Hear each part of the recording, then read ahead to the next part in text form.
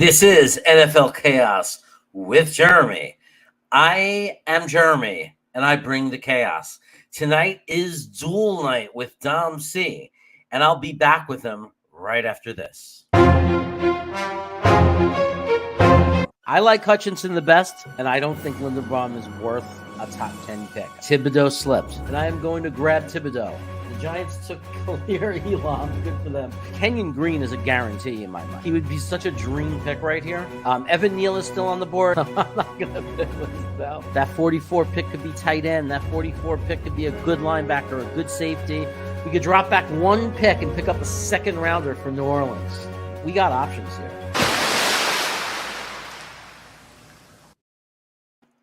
We have options.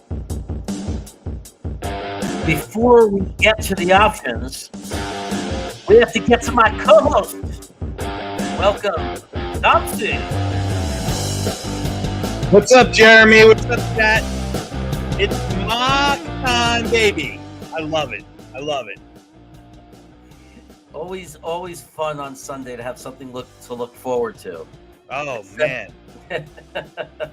Always a good time. Always a good time. All right. So let's get this baby started. Let's explain the format a little bit. First, I'm going to welcome some people into the stream. J. Cole is out there. What's going on? Jets Mess is up out there. He snacks. Oh, man, I went off today. You'd love how much I ate today. Nick Shine, go Tar Heels. Man, he was torn. He loved the Peacock story, but I guess he would never go against his Tar Heels. And it looks like a Final Four berth for them. And Nick Nessie, thanks for being in the chat. You're here. Braden, all the way from New Zealand in the house. Edward Ziff, you're the man in the house. The awesome Edward Ziff. I see you everywhere, man. You are a diehard Jets fan. I appreciate and love that you are here right now. Absolutely. It's just awesome. So that is the chat. Let me explain the format real fast. So we're going to go. What's up, Anthony G and Big Green? They're here too. They just bounced on. So we're going to go through the draft. And I guess I'll start with the fourth pick and go first, and then we'll alternate who goes first. We're going to make our choices of what we would do with the first pick. If we disagree and we debate it, what we're going to do this week is instead of having everybody vote, I'm going to give everybody a chance. So everybody that's here, if you're here in the stream and you're here, I'm going to one at a time just pick people out of the stream to make the deciding vote. So instead of everybody voting, it's going to be one person from the stream deciding, and I'm just going to base it on people and your support and how often you're here. And if you're new here, I'll try to get to you too. But there's a lot of people I think that would love the opportunity to make the decision. So just another new, weird, wacky, formatty way of getting you guys involved in this draft. So it's all of our draft. What do you think of that, Dom? I love it, guys. I mean, listen, what do we got? Less than a month until the draft. I mean, this is like the time. This is the time of year I live for in football. Outside of the actual football games, but being Jets fans, that ship usually sails sometime around Halloween, if not before. So this is all fun, man. And I love that I get to do it with you, Jeremy. I love that I get to do it with your chat. And we always have fun. We always have a blast. And yeah, let's get to it, man. I'm ready to draft. And just a reminder for everyone out there, this is not predictive. This is what Jeremy would do, or this is what Dom would do. Yeah. In the situations, vary. We try to keep it, try to keep it fresh and try to keep exactly, Anthony G. Got to keep it fresh. Try to keep it fresh and give some good talking points and something that everyone can kind of ponder, right? Absolutely. Right? Absolutely. You are right. And I think it's been great. And I think it's a good point to make that we're not being predictive. We're talking about obviously things we believe could happen, but we don't know Joe Douglas. We're not the Main Street media.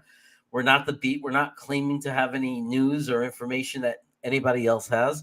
We're just having this fun, this simulator that everybody uses with all of us to have fun. Right. But that's all it is fun. And a lot of people get upset at some of the picks. Nothing we do here is impacting the real draft, and it's amazing I have to say that, but some people act like it does, and I just want people to know it doesn't.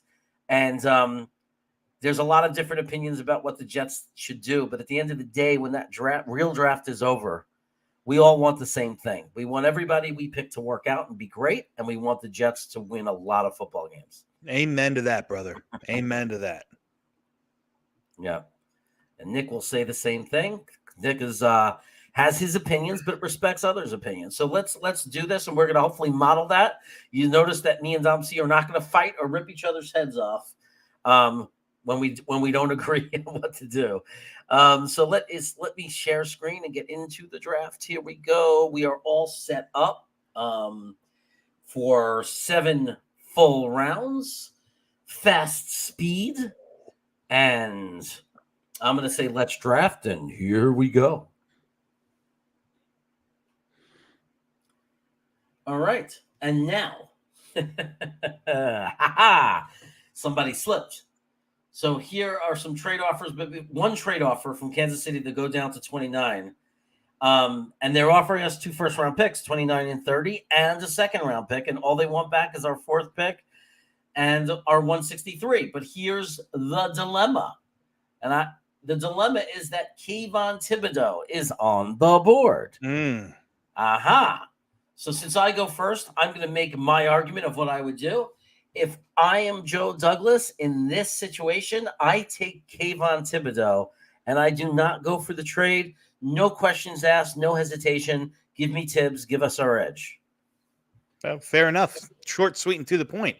So I'm curious, Jeremy, was that the only trade on offer up there? Yes, it was. Okay. Yeah, I'm not going to balance. I'm not going to move down either from pick 4 all the way down to 29. Even though picking up 2 first rounders, we'd have 10, 29, 30, 36, or 35 and 38. Relatively sounds enticing, but it's not. Not anything I'm going to do here. And here's what I'm going to do. I'm not going to take Kayvon Thibodeau. And my reasoning is I'm going to kind of side with the smoke that's being played out in the media that maybe Kayvon Thibodeau is more concerned about Kayvon Thibodeau, the product, than Kayvon Thibodeau, the football player. He's talented by leaps and bounds, probably one of the most talented defensive players we've seen in a while. There's definitely some times where he takes plays off, and more as I dig into this draft class, as I've gotten, knee deep into it, I'm starting to really, really fall in love with some other edges, other edges that could be had later in the draft. So that being said, I'm going to do the unlikely, or I shouldn't say unlikely because I don't think it's necessarily unlikely, but I'm going to do the abnormal thing here, and I'm going to go ahead and secure pound for pound who might be the best NFL prospect in this draft. 6'4", 225 pounds. Don't care if he only ran 4.5, 4.6. A guy who gets up and down all over the field, can put a thump on you, can play man-to-man. I'm going to go ahead and take safety from Notre Dame, Kyle Hamilton.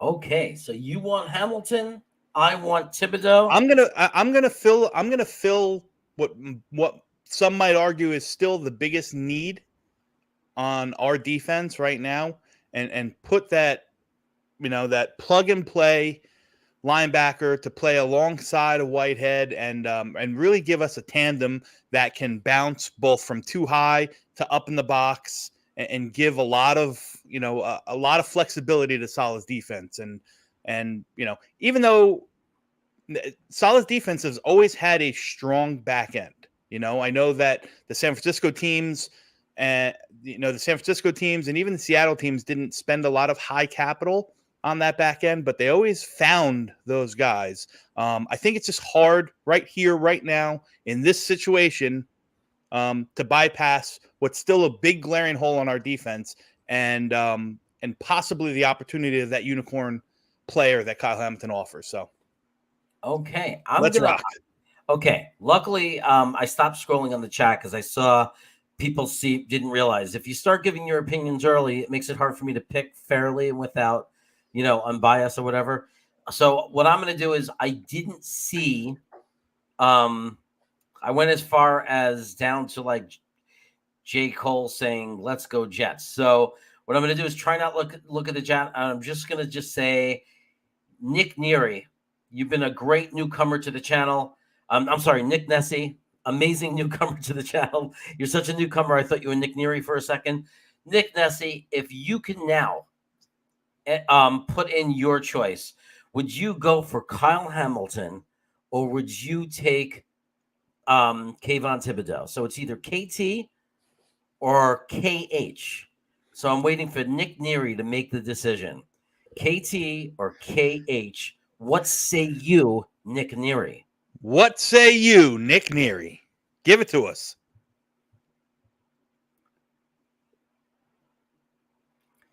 And we will hum a little bit. And if it goes too long, because it's possible that Nick Neary went to get a drink or a cup of coffee, we will we will pick somebody else. Let me do the Jeopardy music. If we don't see an answer by then, we'll give it 5, 4, 3, 2, 1. Pick someone else, Jeremy. Okay. Oh, here he is. Oh, how many Nick Nessie. You said Neary, right? Oh my God. Nick Tagar. Long LOL. Nick Nessie. I was saying it right. Nick Nessie. But he didn't answer the question. He said, how many Nick Air? Well, there is Nick Shine is here. So, you know what I mean? But we need an answer, Nick Nessie. We'll give you another 5 seconds. But wait a second. We got to wait for it to catch up. It's on delay. Okay, Nick Nessie, here we go. We're gonna do a 5-second countdown. It's either Kyle Hamilton or Kayvon Thibodeau. You're deciding, Nick Nessie. 5, 4, 3. KH. He took Hamilton. Oh, he took Hamilton. Oh, I love it. Can't go wrong, man. So mad. People are gonna be all right. We're taking Hamilton. Hamilton's the pick at 4, guys. We're gonna ignore Thibodeau, and we're gonna take Hamilton. Oh my God! If Greenbean was here, he'd be so happy. And here we go. We have 4 trade offers on the table, ladies and gentlemen, at pick 10, and I am up first. I'm not going into the second round, so you can pass on Chicago. Okay. You got to make it a little bigger. I'm going to pass on that as well. It's a whole lot there, and I'm sure that it might calculate up. Now, here's something that's interesting to me. Drop down to 18 and pick up 49.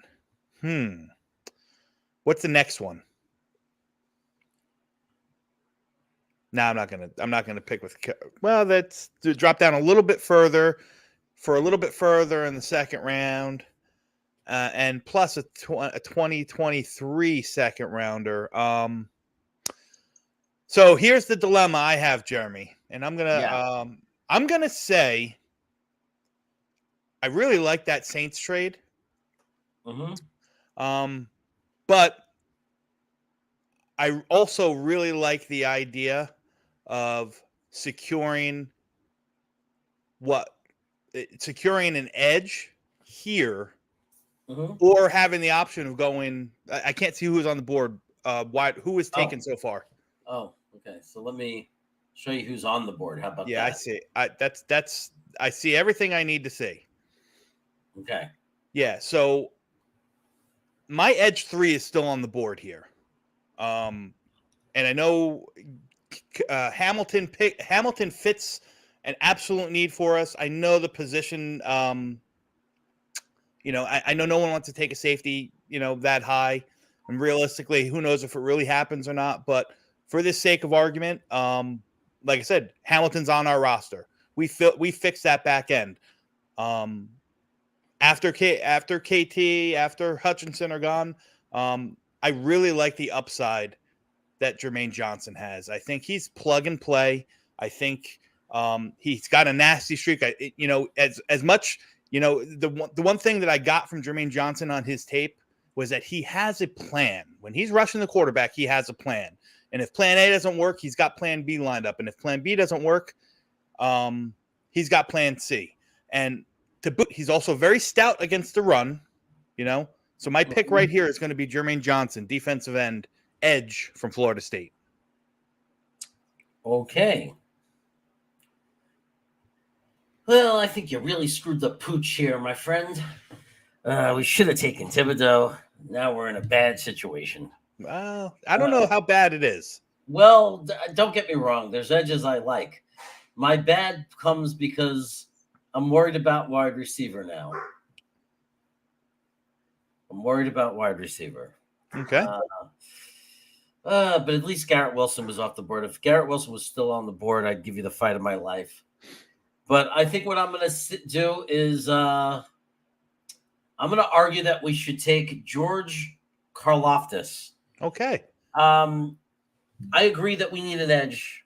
And I'm going to say that. And by the way, don't look at the chat. I'm not. Because I'm going to let you pick somebody. So I don't want you looking at the chat. Nope. I'm going to take – I already saw, so I already feel like I'm in a bad position. Yeah, I can't do it. I'm going to take George Karlaftis because I think that people got scared on him for the wrong reasons. Okay. I even got scared off of him. And then I started watching more tape on him. I started realizing this kid went to Purdue. He's super bright, super smart, got great instincts. I thought he didn't have bend, but it's not true. He has. It's not that he does. It's not bend, but he's not just a one-dimensional pass rusher. He's able to shift his weight. He has great balance. He can explode in different directions. For somebody as raw as he is, I think his footwork is amazing. I think that he could. That oh my God, when he gets the coaching that he'll get from Saleh and this staff, I think he has a much higher ceiling.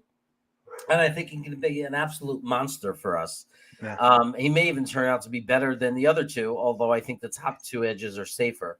So I'm going to say I'm going for the Greek guy, man. I want the brain. I want the smart, instinctual, raw player who can be coached to greatness. Yeah. So here's my argument to Karlaftis. I know that they say, nonstop motor and all that stuff, all the tangibles that you like to see in a player. But is he truly an edge rusher, or would he fit better in an odd front or a 3-4 base defense as that 5-tech defensive end, a la Leo Williams? I think that might be his better role. And again, I know that our base defense per se is a 4-3, but we ran, as much nickel as anybody else. I just think Karlaftis really fits more towards those 3-4 teams. I think everything that you said about him is proper and appropriate, but for a guy who's, got the reputation of a power rusher, I think he only had 20 reps on the bench at the combine or at his pro day, one or the other. So that where's that power coming from? Is it coming from that strong, nonstop motor that he's got that pushes through his lower body? Hopefully, you know what I mean? But I think, I question or I'm concerned about the fit as an edge playing opposite of a healthy Lawson. So that's the really some of the negatives that I would have against Karlaftis. But touche, that's who you pick, and right now we're between Jermaine Johnson and George Karlaftis, and I didn't look at the chat, and I haven't looked, but I'm going to choose on Anthony G to make our selection. Okay. Yeah. Anthony G. We need you to decide for us who we're taking. Are we taking Jermaine Johnson, JJ, or are we taking Big K? So you could just select, K or GK for George Kalofkis, or you can just say JJ for Jermaine Johnson. It's all up to you, Anthony. Anthony, it's up to you, Anthony. You and Nick Shine can go get a slice of pizza. Nick and Anthony hanging out. Sounds like two brothers, Nicholas and Anthony. I would go Karloftis, but I think JD goes JJ, so I'll say JJ. Okay. What do you think about that answer? Because I would say if he'd go Karloftis, that's what we should do. Well, he says JJ, so JJ it is. It's not fair. He was on my side. Okay. It's like all right. We're going to go JJ right here. Bam. Okay. That's what I would do too. Pick 35. I go first. I don't like this trade whatsoever because, and I'll tell you why in a second. Like before even looking at the board, I don't like the trades. Here we go. I don't like these trades. They're trading back too far. Yeah, I'm okay. I'm passing on both of them too. I don't want to. This is prime real estate right here. This is still. These are probably still first round graded guys on the board or close to it. So look, man, this is a rough spot for me because I think we put ourselves in a precarious position. We need a wide receiver, but I will say, you see, I don't want to play this board in real life. We need a wide receiver. And we have to pretend in real life they're looking at different boards, right? Yeah, you're not playing this board necessarily. But this is what Jeremy would do. Yeah. Well, the thing is we have picked 35 and 38. So I have to keep that in my brain. Mm-hmm. That we have 35 and we have 38. I want to look at the wide receivers that are left on the board and make sure there's enough that we're going to get one of them. See, as far as prime real estate wide receivers, there's only two left that I feel good about. Everyone else, there's plenty of other ones that I like. I want to make that clear. There's other ones that I like, but not with the confidence level or the ceiling level of a WR1 receiver. Like, I think there's 8 guys here that can be WR1 receivers. Mm-hmm. But I think it's like throwing darts, and there's no way to know. So let me ask you this, Jeremy. Yeah. You threw out the wide receiver 1 thing a couple times. Mm-hmm. Do we not have wide receiver 1 on our team right now? No, I think Elijah Moore is going to be a WR1, but I think because we need a wide receiver, and I think we want to have a lot of weapons, it would be cool to have 2 WR1 types. Okay. Like, in other words, if Elijah hits a limit and doesn't get to that level, if he's too small, if for whatever reason it never gets much better like I think it could, and he's just a guy who gets 800 to 950 yards, some big plays once in a while, possession receiver, and he just doesn't explode to that next level, then I think we're going to need that guy. I think Elijah will. I'm a heavy believer in Elijah, by the way. I already have his jersey. I love him. And I get mad whenever someone says we need a WR1. I'm sorry. I get mad because I'm like, are they forgetting about Elijah? Mm-hmm. Like, it pisses me off because, like, why does everyone, if you look at his rookie numbers and you look at the way he played, there's a lot of great wide receiver ones in the league that didn't do as good as he did their rookie year. And when you consider the circumstances, like, the first 8-9 games, first 6 games, Zach was running for his life. There was no time. I mean, like, everything was going wrong. He was learning a new position. He played a lot of slot in college, and he was playing the Y a lot in the NFL. There was a tremendous leap jump and transition for him. And then in week 7, 8, 9, 9, 10, 11, 12, he went on a run of touchdowns, and he started to look like a budding superstar. Mm-hmm. So I do think he'll be a number one. I just want another top-notch receiver. To me, there are two left on the board that are top-notch until we go down to a different tier.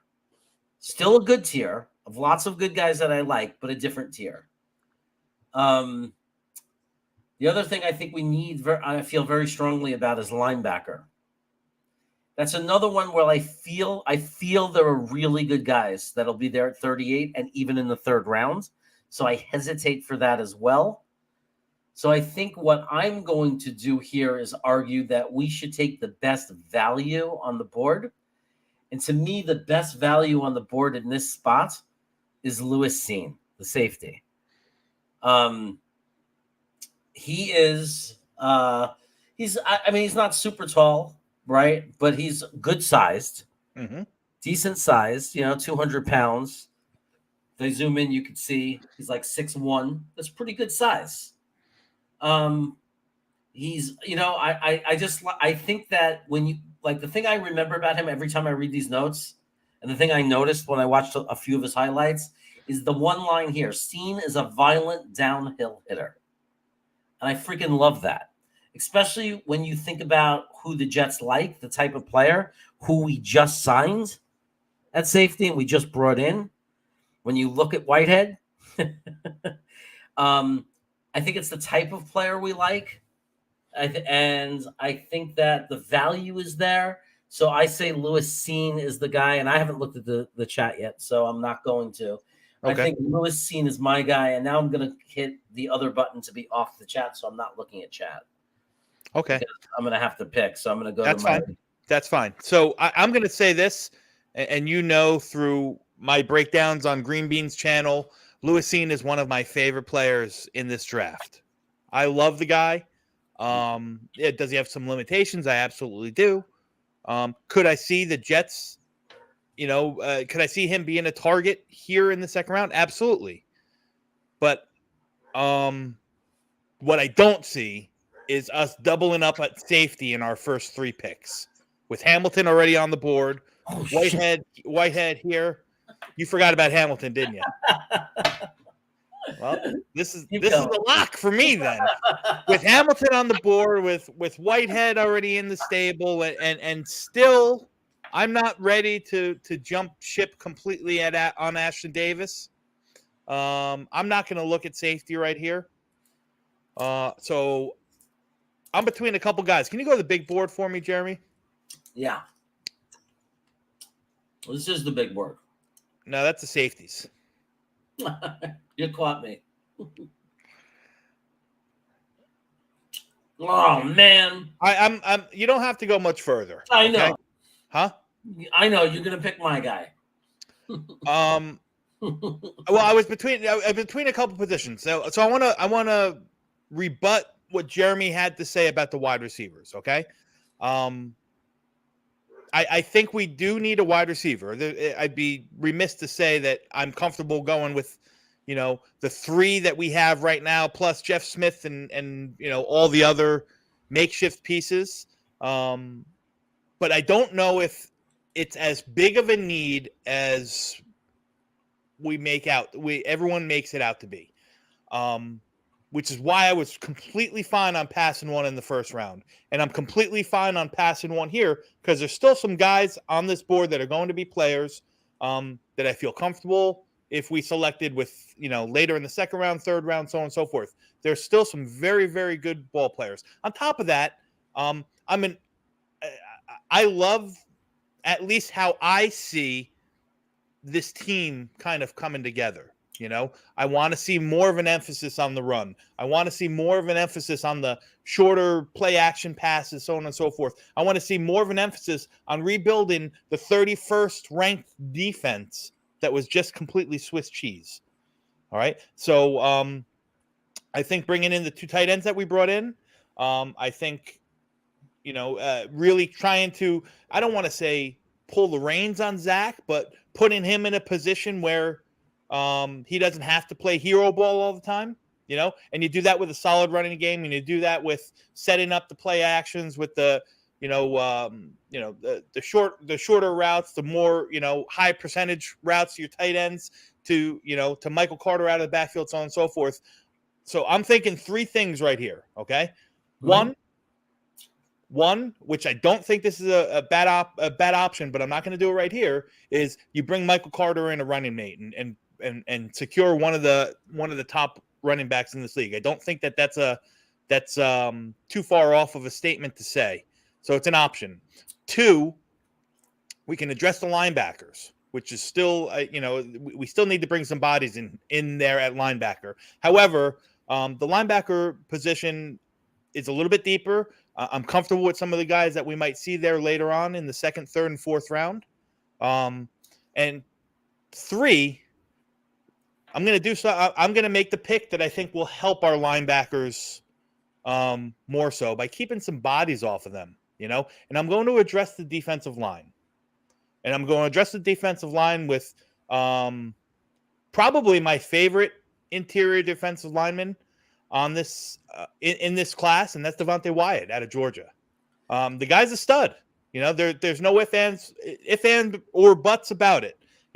He's big enough that he's big enough that he can fill holes, and he can keep some of the blockers and some of the linemen off of the linebackers so that they can roam a little bit more free and make a pass. He's fast enough. He showed that, and he showed that with his testing.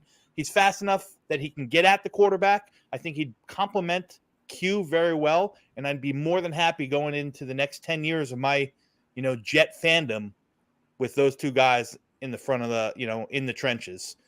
Circle that in with JFM, who's going to slide in some more. Now that we brought Jermaine Johnson in, we still got Nathan Shepard, who will play a role, albeit probably a small one, a very focused one. But we are rebuilding the front of this defense, which will ultimately help the back seven as well. So Devonta Wyatt's my pick. I have no counter. Jets mess starting right now. Can you tell us if you would take Lewis Scene or if you would take Devonta Wyatt? If you're here, Jets mess, I ate a Starburst in your honor. Please let me know. So how many safeties are we playing? I'm watching now. I saw that. I figured as much when you picked him that you kind of forgot that we took Hamilton, but yeah. That's because it was so rare in any draft that we do it. Because somebody decided to do what JD would do instead of following his own instincts. Anthony, your instincts. You follow your own instincts. This is your draft. Devontae. Okay, so mess makes mess, blah, blah, blah, blah, blah. The guy who calls me Snacks makes his pick. He wants Devontae, but I just want to say for the record, he really wanted Lee Cravette. Just wanted to put that out there. I'm gonna assume that's a relative of yours. So it is. Lee does the red zone watch parties with me during the season. Very well. Okay, so I'm gonna go to Devonta Wyatt. Man, I wish you would have went first, and I would have remembered because I would have given you such a debate. Okay, I would have picked Perrion just so I can debate you. Okay. Okay, now we come to 38, and I think you go first. Okay. So here are the trade offers. I'm not going to trade back that far. That's my choice. I'm not going to trade back that far. Okay, I agree. So let's just get that out of the way. Yep. Perrion Winfrey's still on the board. Perrion Winfrey's still there. Is he the top? Is he the top of the board? No. Kenyon Green is still there. Yeah. Okay. So, and that's why I asked you to move it up, because I think at this point, as much as I said, I like the linebackers, and we need to really consider the wide receivers here. But my instinct would be to take wide receiver. However, like I said, this first round, this pick in the second round is really, hopefully, fingers crossed, there's going to be guys that we have top round one grades on that fall, that slip. And that's why they're so valuable, these two picks. So I'm going to go ahead and I'm going to bounce off and really scoop up one of those guys that I think realistically people would die for at this point in the second round, because he probably would be there in the first round, or should be taken in the first round. And I'm going to select from Texas A&M offensive lineman Kenyon Green. Kenyon Green would be a steal at this point. I know he didn't test all that well when you're talking about pure raw numbers and athleticism at the combine, as some would hope, but he's battle tested out of the SEC. He can play a plethora of positions. He can fill in all over the place, across the front of the line.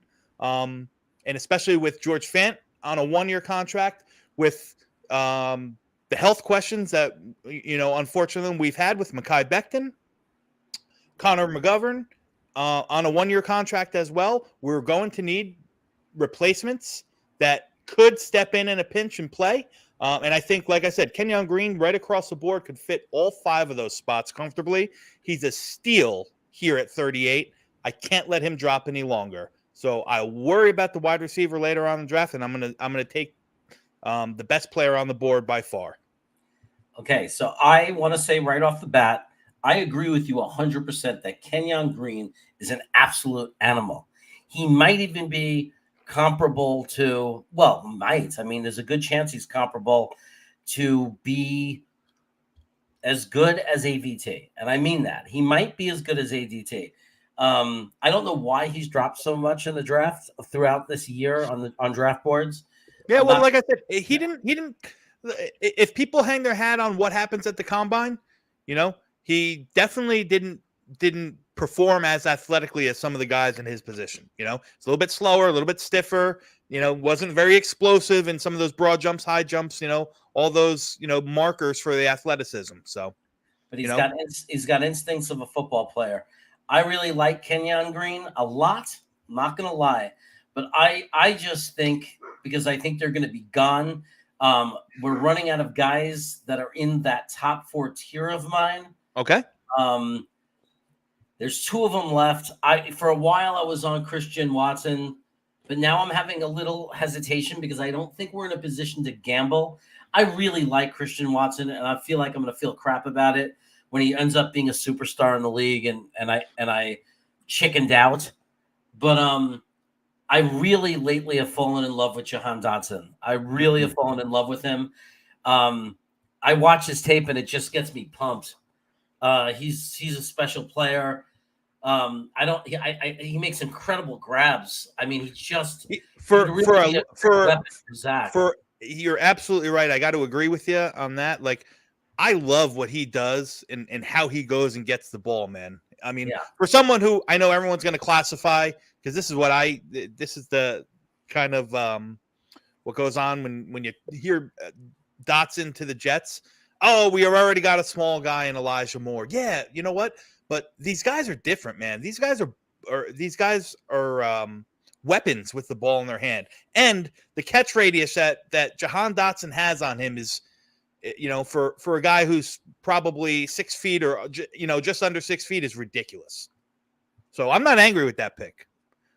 I kind of feel that's why he falls a lot, because of his size. Mm-hmm. But I don't care. Jerry Rice wasn't a big guy. And listen, and it just the positional flexibility that you have if you bring in a guy like Jahan Dotson. Not that I'm trying to sell the chat on your pick, but I like Elijah Moore as an outside wide receiver. I don't think he's destined to just stay in the slot. You know what I mean?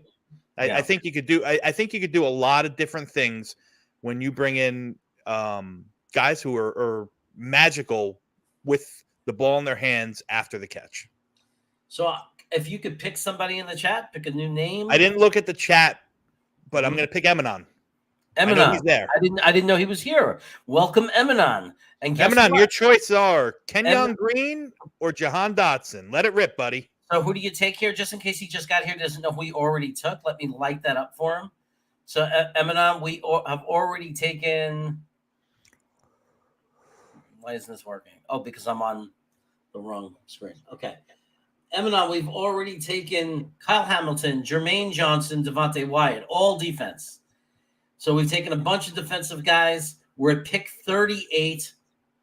and you're going to decide between Kenyon Green, the offensive guard in this spot, or Jahan Dotson, the wide receiver. The decision is yours. I don't know if he answered yet because I'm stuck in this screen right now. No, I have not seen him answer yet. Okay. What are we going to do here? What happened here? I'm going to have to... I haven't seen the chat refresh in a minute though, Jeremy. Oh, okay. So let me Are we still live? Yeah, we're live, so we're okay. And there he is. Eminem took Dotson. Okay. So finally I get a pick. We take Dotson. I know that you're okay with that pick, Dom. Like I said, I was okay with either of them. I just, I find it hard to pass up a guy who most likely 9/10 of the league will have a first round grade on, and Kenyon Green. Okay. So let's work out this trade. I think you decide first right now. No, I decided second. So I decide first. This trade, and we don't have to if we agree on the trade, we'll just keep it the same, and whoever makes the pick goes first. Jacksonville is saying go down one spot.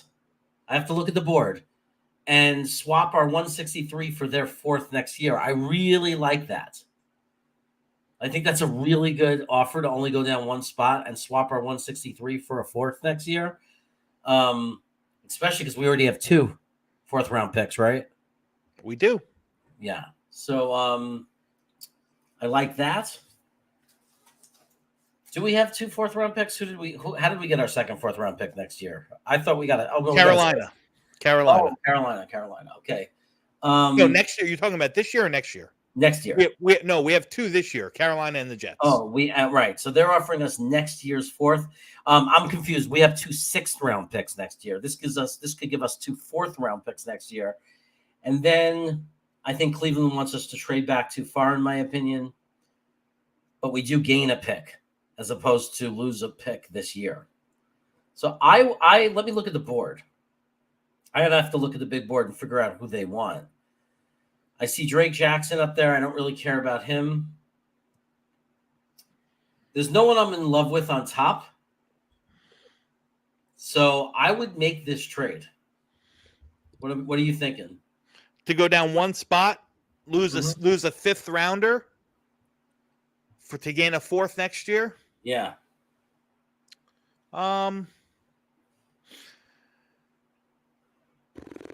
I'd probably pass, to be honest with you. Yeah. Okay. Yeah, that's what I would do. Okay. I don't want to bring that to a vote. I'll go along with that. I'll just reject it because I realize that next year, a fourth rounder next year is the equivalent of a fifth rounder. Yeah, fifth probably. I mean, in trade value chart wise. Right. Any interest in this deal? Gain a fourth rounder for dropping back 9 spots. I got more interest in this deal than I did the other one. Yeah, because now I'm looking at the big board, and I also agree. I don't see anybody coming up. I think we could still get our guy. I think we each might still have the guys we want at 78 when I look at the board right now. I'll defer to you. Do you want to take the deal? I'm okay with it. I would love to counter first and see if we can get like one of their last picks or something. Just to take a shot. Go for it. Okay. So I'm going to ask them for like 246. Just so we have some fun at the end. Go ahead. I'm going to propose it, confirm, accepted. Okay. Cool. We have now moved down the board. Not too far.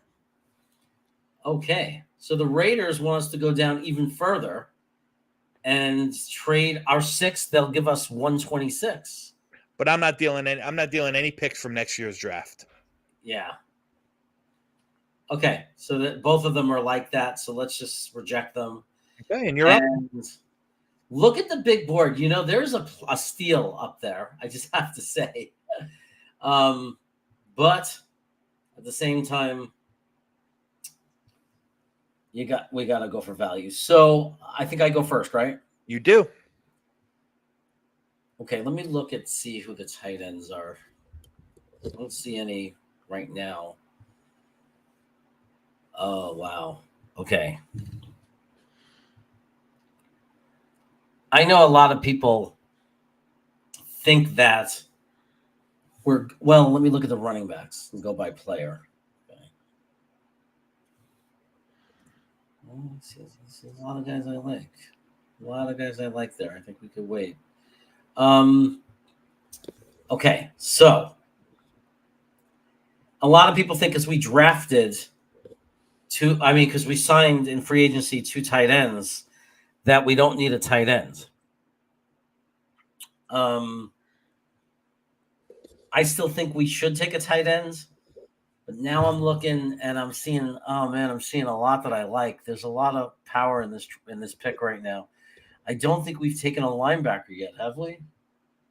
We have not. We've not taken a linebacker yet. That concerns me. Let me see who's on the But board. we did just add a third, fourth round pick. So in the trade down with Cleveland. Yeah. Yeah. I know Leo Chanel's working his way up the board, but I think he's more of a blitzing linebacker. And I think you sold me, and you might hate me for making this pick.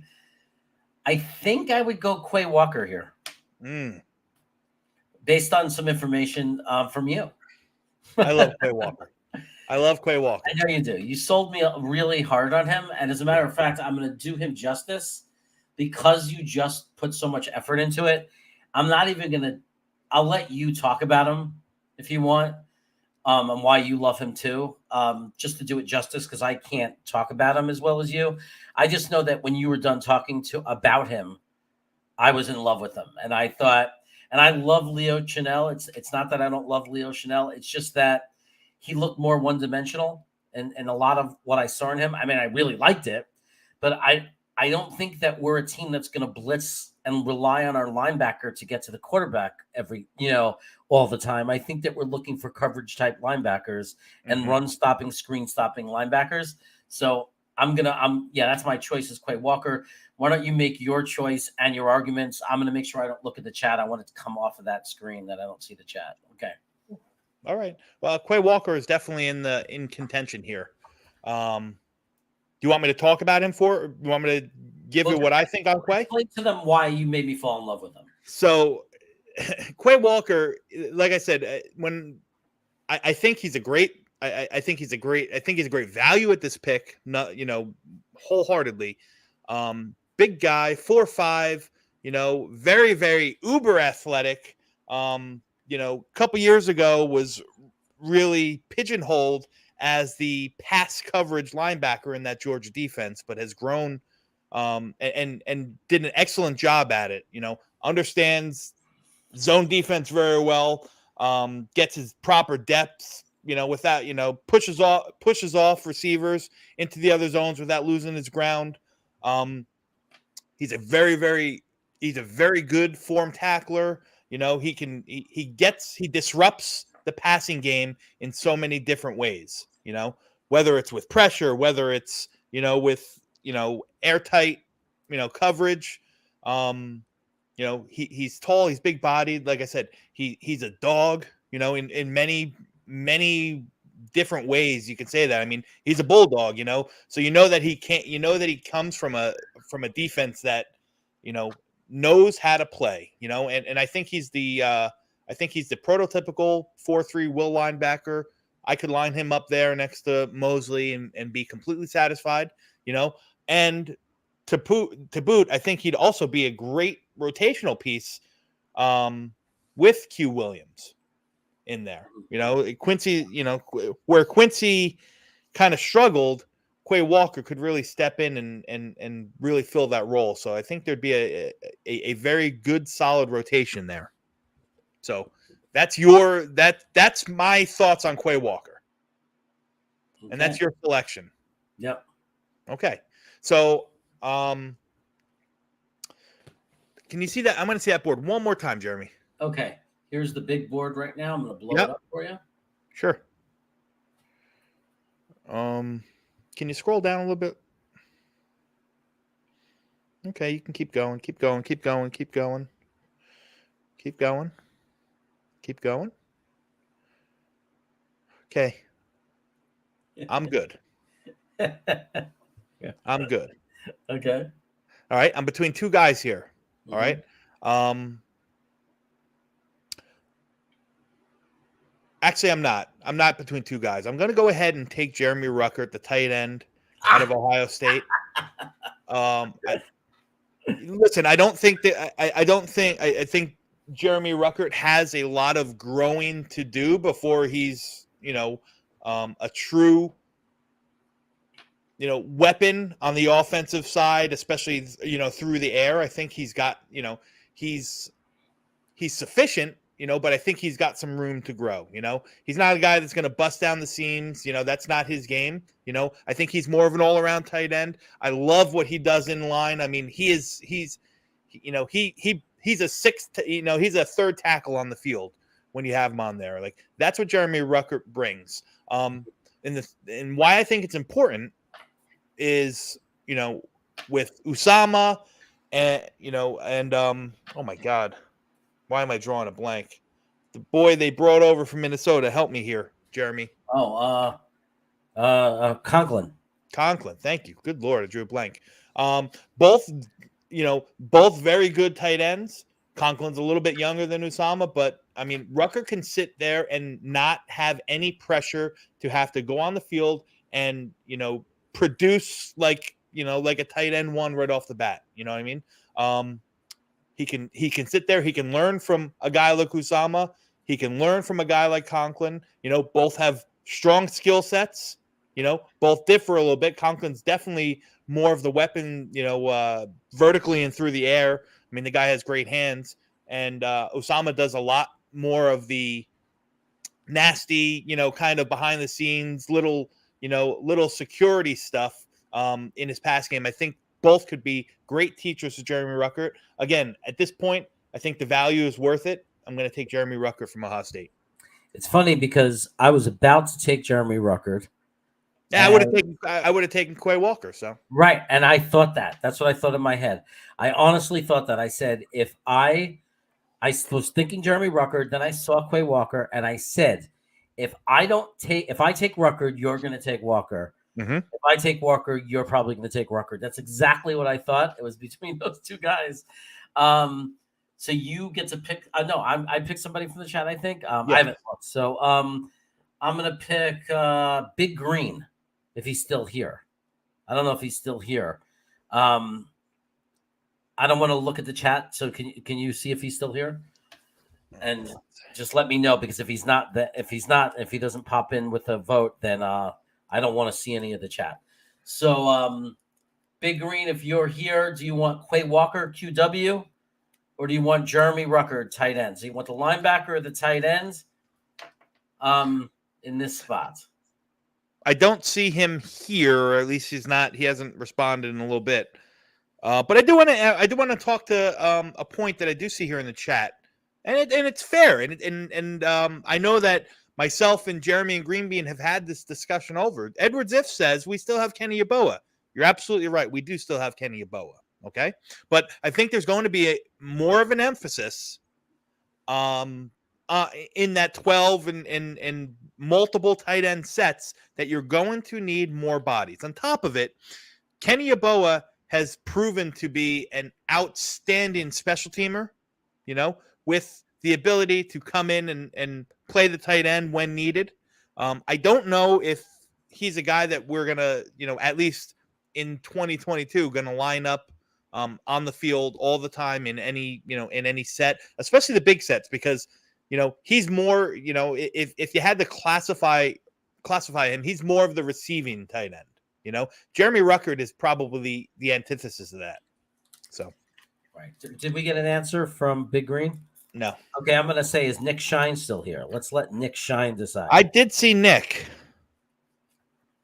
I see Nick Nessie. Nick Shine, you want Ruckert or you want Walker? Nick Shine? Nick, do you ever get on the Staten Island ferry? Shine. That one guy who walks around. Shine. I don't know if he's still there because it's been 20 years. He was already an old guy, but he used to walk around the Staten Island ferry. Shine. I don't see Nick either. You want to give it one more name? At this point, the only person I could trust is out there is J. Cole. Nick Shine. Nick Shine answered. Okay. All right, J. Cole, you lose. Nick Shine says Walker. All right. I'm glad Nick was still here. There is a delay, Dom. You have to realize it's really far behind us. Gotcha. So we're going to take Quay Walker. Boom. Okay, you go first at pick 111. I'm not going to take any trades. Okay. I'm going to keep the picks. Okay. 111, fourth round. Here's the big board. Shit, he's going to take my guy. But in fairness, he's my guy because of you. So I'm not going to take him. I'm going to leave him. Oh, wow. And here's why. And here's why. Because I think we have two bigger needs right here and right now. Okay. I told you I think that we're going to see a shift, or I'm hoping that the way this team is constituted, that we're going to see a shift to more of a run-heavy offense. Okay. I still think we need to bring in a complement to Michael Carter. I still think we need to bring in an additional offensive lineman. So those are the two places I'm going to lean. Can you pare down to the offensive lineman for me, Jeremy, if you don't mind? Absolutely. Tackles first. I was doing running back first. Yeah, I appreciate that. Okay. And the guards, if you don't mind, just to see who's still there. Yes, sir. Oh, somebody I love. All right, so here's what I'm going to say. Okay, I'm gonna say there's three guards on that board who I think would be phenomenal picks. All right, but that being said, there's still three guards there. So if I lose one of them, I have them all ranked right, relatively in that same tier. I'm gonna pass on the guard. All right, and I'm gonna go back to the running backs. And I know Jeremy's heard me talk about this running back probably way too much, but I just think he's such a good fit for what this offense needs as a perfect complement to Michael Carter. He's a big back, a violent runner, very, very soft hands when when given the opportunity. It's prototypical, zone blocking scheme running back. One cut and go.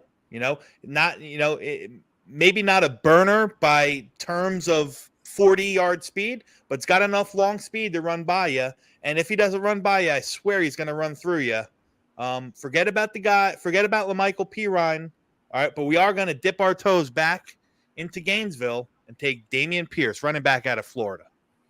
Okay, nice pick. I knew you were doing it. That's why I was running my cursor all over. And Ed Ziff, that is your thumper running back right there, boy. Okay, now that that's said and done, I'm going to go more value here. I think we can get a running back later. I'm getting nervous about. I think that it's a steal at this point. I think Kobe Bryant is a really good cornerback. Who gets overlooked because of Sauce Gardner. Mm-hmm. I think a lot of people didn't throw at Sauce Gardner. They were forced to throw at Kobe Bryant. A friend told me. And when I asked that friend how he did, that friend told me he held up really well. Phenomenally well. And I don't know that we need a cornerback right now. That's the problem, because we did sign somebody who's pretty damn good. So we did sign somebody, but that's a good point. Let me ask you this, Jeremy. Mm-hmm. What's your take on all the smoke coming around that maybe you've heard it, maybe you haven't, about, the Jets bringing in, DJ Reed and then letting Eccles and Hall fight out for the opposite side? Do you buy that? Do you think Hall's earned his keep as a starter and bring Eccles in as the fourth cornerback per se? No, I think MC2 is staying in the slot. That's a given. I mean, I was so impressed with him. I don't even think that's a question.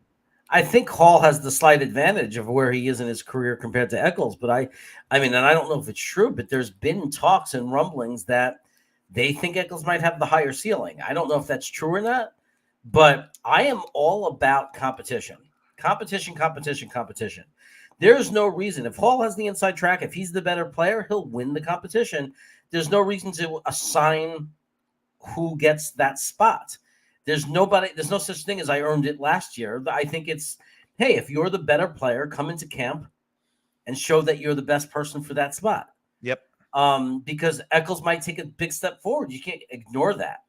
This is a business that's beyond loyalty. It's not, oh, well, you were here longer and it's your job.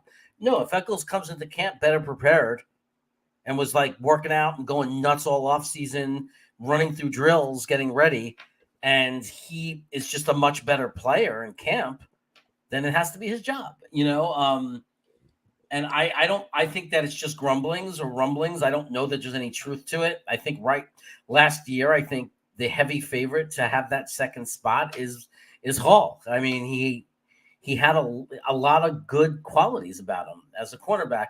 He still has room to develop, though. There were things that were still issues with him. But I think that he is, again, this would only be year 3 for him. And cornerbacks can start to hit their real stride in year 3 and 4. So I would expect Bryce Hall to win that job. But I totally buy and believe that they're going to make it a competition.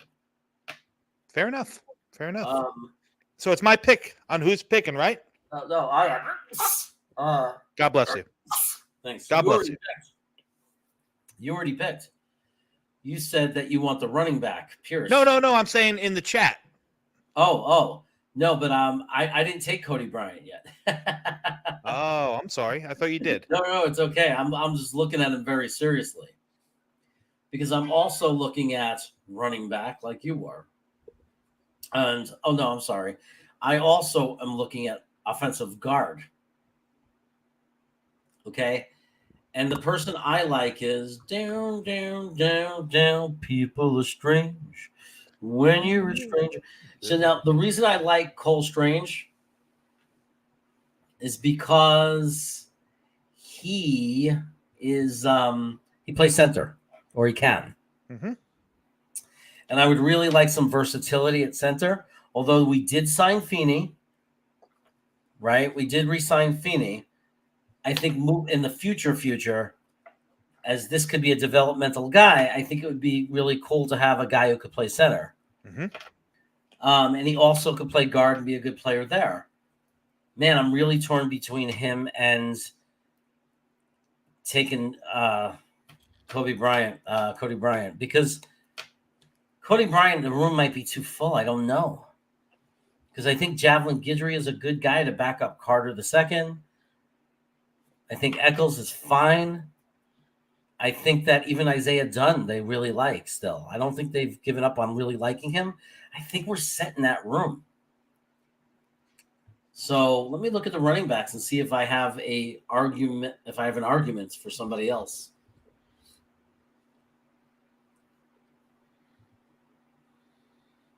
Kyron Williams, Zonovan Knight, Brian Robertson. No, I don't.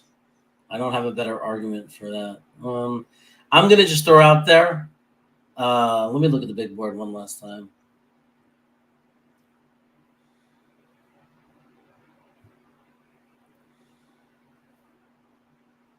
I'm just going to throw out there Kobe Bryant and say we're going to take best value here. Okay. And I'm going to hand it off to Braden if he's still there. I haven't seen him in a while. I'm not looking at the chat right now, so. Hi, Mike. You still out there eating Dinkin' Donuts? Is it Kobe Bryant or is it Damian Pierce, Braden? Oh, Dark Soldier's here? Okay, we got to get him later. Sorry, Dark Soldier. I didn't see you. I'm putting this on mute because I'm not upset, but work related. I'm still watching though. Oh, okay. All right, Braden selected. He said the running back, Nate. Damian Pierce, welcome to New York. The running back, Mike. I think you knew he was going to go that way. No. I swear to you. I'm just kidding. I swear to you, I wouldn't do that. Am I being a sore loser? Okay, let me go to offense, running back. I wonder how they say it in New Zealand, sore loser. I wonder if they have a different word for it.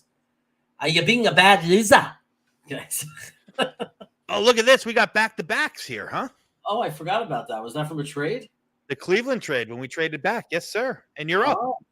Oh. If I would have known that, I might have. Okay, so. All right, so I guess you're going to start it off with the next pick. I think I started off with Pierce. Oh, that's right. So I started off. Okay, let me look at the big board. We just got a running back. Let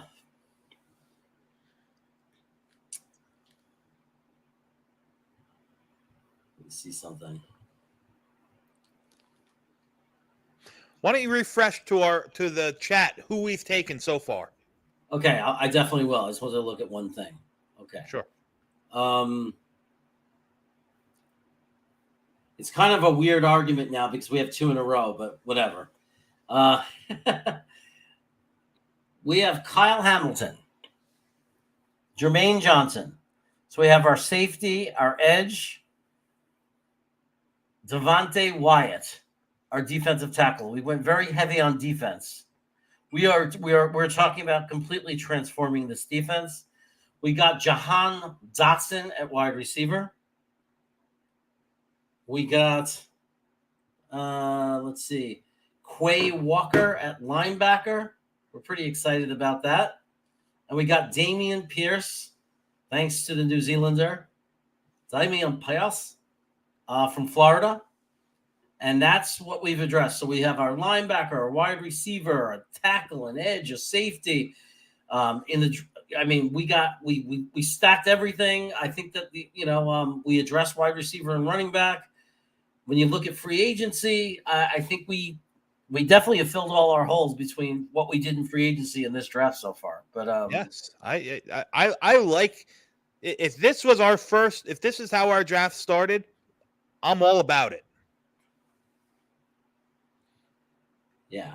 So this is the big board, and I'm going to right now. So I go first, right? Yes, you do. So I'm going to go right now and say that my pick right here would be Jelani Woods, tight end Jelani Woods. He's a Dom C favorite and has been. I love his size. I love the idea of Zach having a young guy coming up with him that is just a monster in size. It's like you could throw it high and he's going to go up and get it. We saw that Zach has a tendency sometimes to do that, to throw it high. I think he likes throwing it high, which is why I like Dotson about going up. That's what I loved about Dotson, that he goes up and gets it. And I think that Zach likes to throw it that way. So a 6'7" guy is going to be hard to, it's going to be just a great big target when he's checking down. I like that he could probably fight for extra yards. He's a freakish athlete. I think he has a lot of potential, and I think we have a very good tight ends coach that will work with him in development. So I just want to lock him down and get a young tight end in the room. Kenny Yeboah will be our special teams tight end and continue to develop. And both of them one day might be the future. They might battle it out one day for a roster spot. But I think we have 2 veterans in there, but we need to think about the future too. Can't argue with anything there. I love the pick. I love the situation. I love the fit. It's not, and again, it's as I made the argument with Ruckert. It's not a position with what we've done in free agency where we have to worry about getting this guy on the field right away and having him produce. You know what I mean? I think there'll be situations with his height, especially in his red zone prowess, that he can really, really, make a name for himself. So here's what I'm thinking. I think it's hard to downplay the fact that we need another backup offensive lineman, whether it's a swing tackle or somebody that can play in the middle. But I see, as you're scrolling down, I think this is the perfect opportunity right here, right now, to secure that tackle of the future. Bring in another guy who has familiarity playing both left side and right side, although I think at the next level, he'll be a right tackle. We still don't know what's happened with George Fant after this year. again, I have the utmost confidence that we're going to see a healthy, motivated Mekhi Becton come back. But after next year, we can be free of Chuma Edoga, and in reality, Chuma Edoga is just a guy. I'm going to go ahead and draft our developmental tackle at this point. Scroll. Can you pull up the tackles for me, Jeremy? Oh, okay. 1 sec. Yep. Yep. I'm going to go ahead and take Rasheed Walker, offensive tackle, Penn State. Like I said, played left and right side. Big guy. He's definitely developmental. But he doesn't have to come in and produce right now. And right now we're in a position with what we've done in free agency and so far in this draft that we can put some depth and some good ball players on this roster. And I think Walker fits that bill. And I think this is the area where you're going to see him come off the board in the late third, early fourth round. Perfect opportunity to secure another piece for the future. So our choices here, guys, are, and Jeremy, it's your pick on the chat. Jelani, who'd you pick? Jelani Woods? Jelani Woods or Rasheed Walker? Who are you taking? I'm going to let J. Cole decide. He had a really good draft last night. He deserves to have a chance tonight to make one of these votes. Let me go over to my comments and see if I'm guessing he's still around, so I think he's a safe pick as a person because I haven't looked at the chat in such a long time. I think he's still here. Is he here? J. Cole, you here? Make a vote. Do you want Jelani Woods or do you want offensive tackle from Penn State, Rasheed Walker? Who do you want? I almost said Rasheed Wallace, but he's the power forward from North Carolina back in the day for all you older basketball fans. So we're still waiting on J. Cole. J. Cole, please come to aisle 5. J. Cole, you're needed in aisle 5. We've run out of chicken cutlets. Going in 3, 2. No, you can't only give him 3 seconds. 5, 4. J. Cole, what's wrong? You bought a new iMac. 3. Come on, J. Cole. What's the matter with you? 2. J. Cole, you moron. Where are you? It's your turn. 1. What are you making chicken cutlets for somebody? Darn it. You have to pick somebody else. How about Harry? Is Harry still here? Harry W. I know Harry's a fan of the best player available. What do you say, Harry? You like Woods or you like Walker? Harry. What is this? J. Cole texted you? Walker? Are you serious? Harry says RW. Rasheed Walker. Okay. Is he being serious? No, he's laughing. Okay. There's no way. He texted him. All right. Like, it doesn't matter. He texted me Walker. Rasheed Walker it is. Okay. Now, you bastard. Now you're going to steal my pick in the next No, listen, I'm going to assume that you're still going to keep Woods on the board for your pick. No, we have to do a new pick. It's totally cool for you to take him if you want. I'm not going to do that. I'm not going to do that. Although I wouldn't be upset with the pick of Woods here. I like the position that we're in. I think there's a couple things that we can do. Again, we're building depth. We're filling in pieces. Now's the time with some of these extra picks. We can take some flyers. We still haven't addressed cornerback. Some might say we don't have to. But it's an option. It's a possibility. I wouldn't be upset in doubling down at some of the positions. Linebacker, offensive line. Rasheed Walker is strictly a tackle. Maybe we can look at somebody on the inside. Maybe another wide receiver here. Definitely maybe another linebacker, maybe another edge. I mean, we put ourselves in a position where we can literally take the best player available. Look, if that's the case, you could go for Caleb Ellaby, the quarterback. I got to be honest with you. Yeah. I didn't do much research whatsoever on the quarterback position in this draft for said reasons. I don't think it's an option. So I couldn't tell you. And I fancy myself, pretty astute when it comes to the NFL draft prospects. I couldn't tell you one thing about Caleb Elby. I could tell you about Damone Clark, and I can tell you that he's not going to be my pick because he's not going to play this year. Okay. So I'm going to scroll. If you scroll down for me a little bit. Keep going. Keep going. Keep going. Keep going. Zachary Carter's a great player. Keep going. Nope. Nope. Nope. Nope. You can stop right there because I see my guy.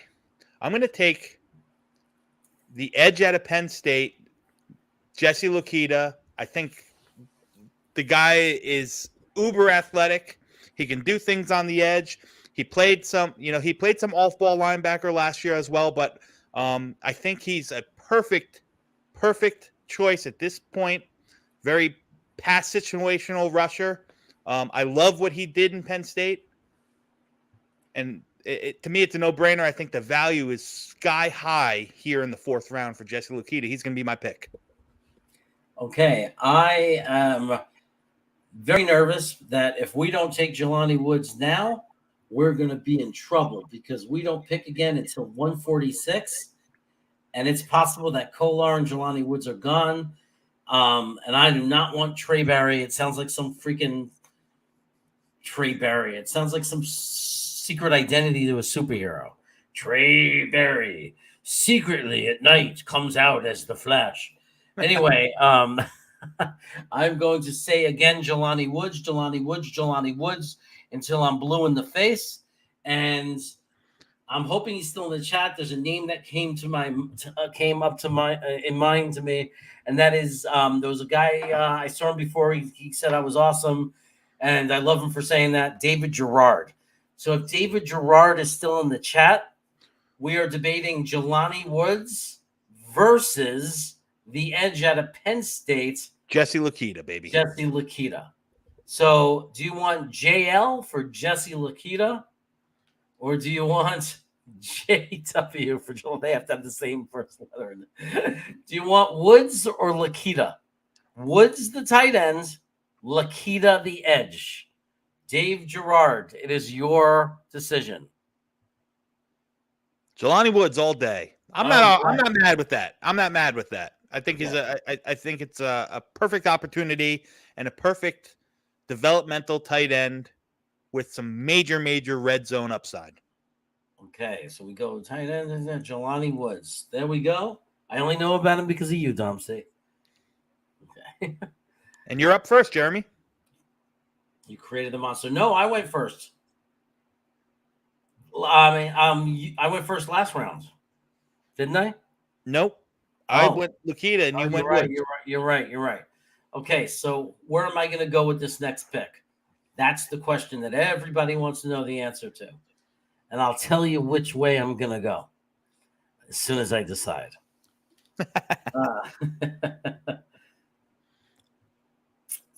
Ooh, I like that. Hold on a second. Let me see, first of all, if our guy is still there. He's not. Okay, I'm going to say Cameron Jurgens, the center out of Nebraska. Beef Jurgens. He's probably the 3rd or 4th best center in the class. I really want a young center. I don't like having Feeney every year. I'm not in love with McGovern. He's, I think that we're going to have to pay him the $9 million and eat it this year. But unless Cameron Jurgens, I don't know how long into the spring we have to cut McGovern if Jurgens came and looked amazing. But I definitely want Jurgens for the future or have a potential center that I think at this point of the draft, if he looks great and has a great developmental season, it would be really exciting because then we wouldn't have to worry about it next year. We would know who our center is going to be. Mm-hmm. And I wasn't the hugest fan of Jurgens until the combines. I actually liked what I saw when I saw him in the combines. So, not that he put up anything flashy, I just something about him I liked. So I'm gonna say I want my backup center, and I want my future center possibly Cameron Jurgens. Okay, I like the pick. I'm going to ask you if you can flip up the wide receivers there. I'm Sure. thinking about doubling up here. Okay. There's somebody up there I know a lot of Jets people live. Yeah, I'll talk about him. I'm not huge on Kyle Phillips, so I was hoping that there'd be that different type of receiver. I mean, Kyle Phillips is, you know, I think it might be a little redundant if we brought in a guy like Kyle Phillips, having, the fast, the shifty guys that we already do in Berrios, in Jahan Dotson, in Elijah Moore, if you want to say that. I was looking for somebody that could really take the top off of the defense on the outside. That someone like that, Valdez Scantling kind of wide receiver. I don't see one here, so I'm going to go ahead and pass on that, and I'm going to ask you to flip up the linebackers for me, Jeremy.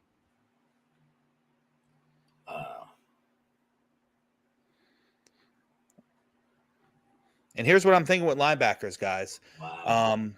Because there is a need, and we don't know exactly what's going to happen with Mosley after this year. Again, I talk about this a lot. It might sound, again, redundant, but it wouldn't surprise me if he didn't agree to a restructure after this season, that this might be the swan song for Mosley. We can get out of his contract relatively scot-free with very, very little. I think probably about $1 million or $1 million and change in dead cap space if we moved on from Mosley, saving $17 million on the cap. Again, how JD structured a lot of these free agent deals, most of the money starts to hit next year. Some of these contracts are smaller on this year and start to really pick up some steam next year. So it wouldn't surprise me if we were sans Mosley next year. So I'm going to go ahead and I like Jojo Doman too. I'm between two linebackers here, and I'm going to take Jojo Doman. Oh, I'm surprised you didn't go for Micah McFadden because his name is Micah. But okay. Yeah, Doman's a good ball player, man. Okay. So Jojo Doman at linebacker. Hey, somebody said Jelani Woods might be a bust. Well, guess what, dude? Any fifth round pick might be a bust. I mean, if we looked in history at fifth round picks, what percentage of fifth round picks become impactful starters? Yeah. Listen, it's we're right now. That's what we're doing right now is we're throwing darts. I mean, we have some information on these people. We're picking attributes that we like, but come on, man. When it's rounds 4, 5, 6, 7, I mean, especially when you get into the fifth round, you're just throwing some darts. You're doing your best you can, but As constituted, I think we have the luxury where we can take some shots and fill some holes and bring in guys that can, don't have to come in and contribute 3 downs all the time. You're going to find your special teams guys. You're going to find, your guys who are injury replacements, so on and so forth. And that's exactly what I'm expecting with a guy like JoJo. I thought about Jacoby McClain too, but I think he's more, he's probably more. I don't even know if he's lesser than Jojo Doman. That's who I'm going to go with. I'm just going to go with Doman. Okay. So we're going to have Jojo Doman, JD. That gives you an advantage. Or Cameron JC. Cameron Jurgens. Jurgens. So Jurgens sounds like a pickle company. So I don't know who's still in the chat, Jeremy. I'm not looking at it, so you can go ahead and pick a name. So is it CJ or JD? I don't know. There was a guy JE. He doesn't like me too much in the chat. JE. I'm just joking. I don't know that he doesn't like me. He just didn't like Jelani Woods. JE, if you're still out there, who would you take right now if you had a choice between two people? Offensive center Cameron Jurgens, sounds like a pickle company, or Middle linebacker Jojo Doman. I like the way you won't let me say it. You have to say it so you can say it in a very salesman type way. Out of Nebraska, Jojo Doman. So do you want JD, linebacker, or do you want developmental center Cameron Jurgens? So, JE, if you're still here, we'll give you about 20 seconds to say JD or CJ. JD or CJ. Are you looking? Yeah, I don't see him responding yet. Okay.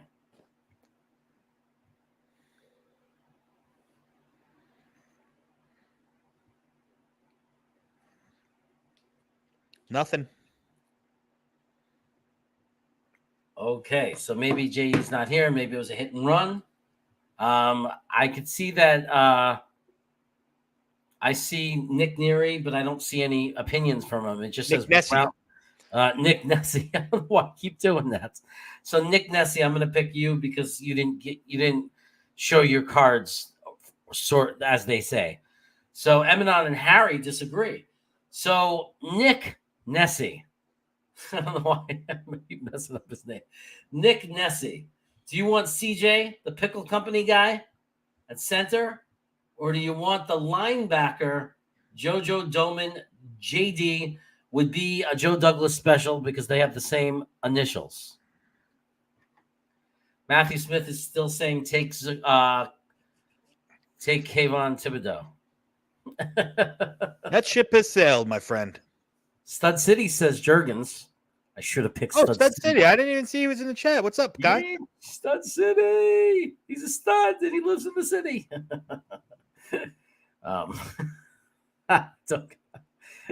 Here we go. There we go. Cameron Jurgens. There's Jurgens. Okay. You All still right. might have a chance to get your guy. Let's see. We go all. Is my guy even on the value board? Like, is even a good value on the big board? Oh, he's not that far down. This point of the draft, 15 guys down is not bad. Okay. So this is the final pick. Okay. And I believe now you have to go first. I do. A final pick. This is the big board. Let me know if you want to look at any specific position.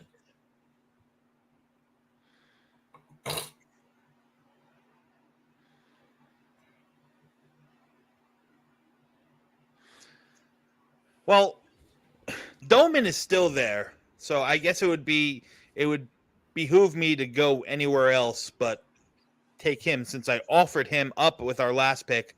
I'll continue on that train and take the middle linebacker from Nebraska.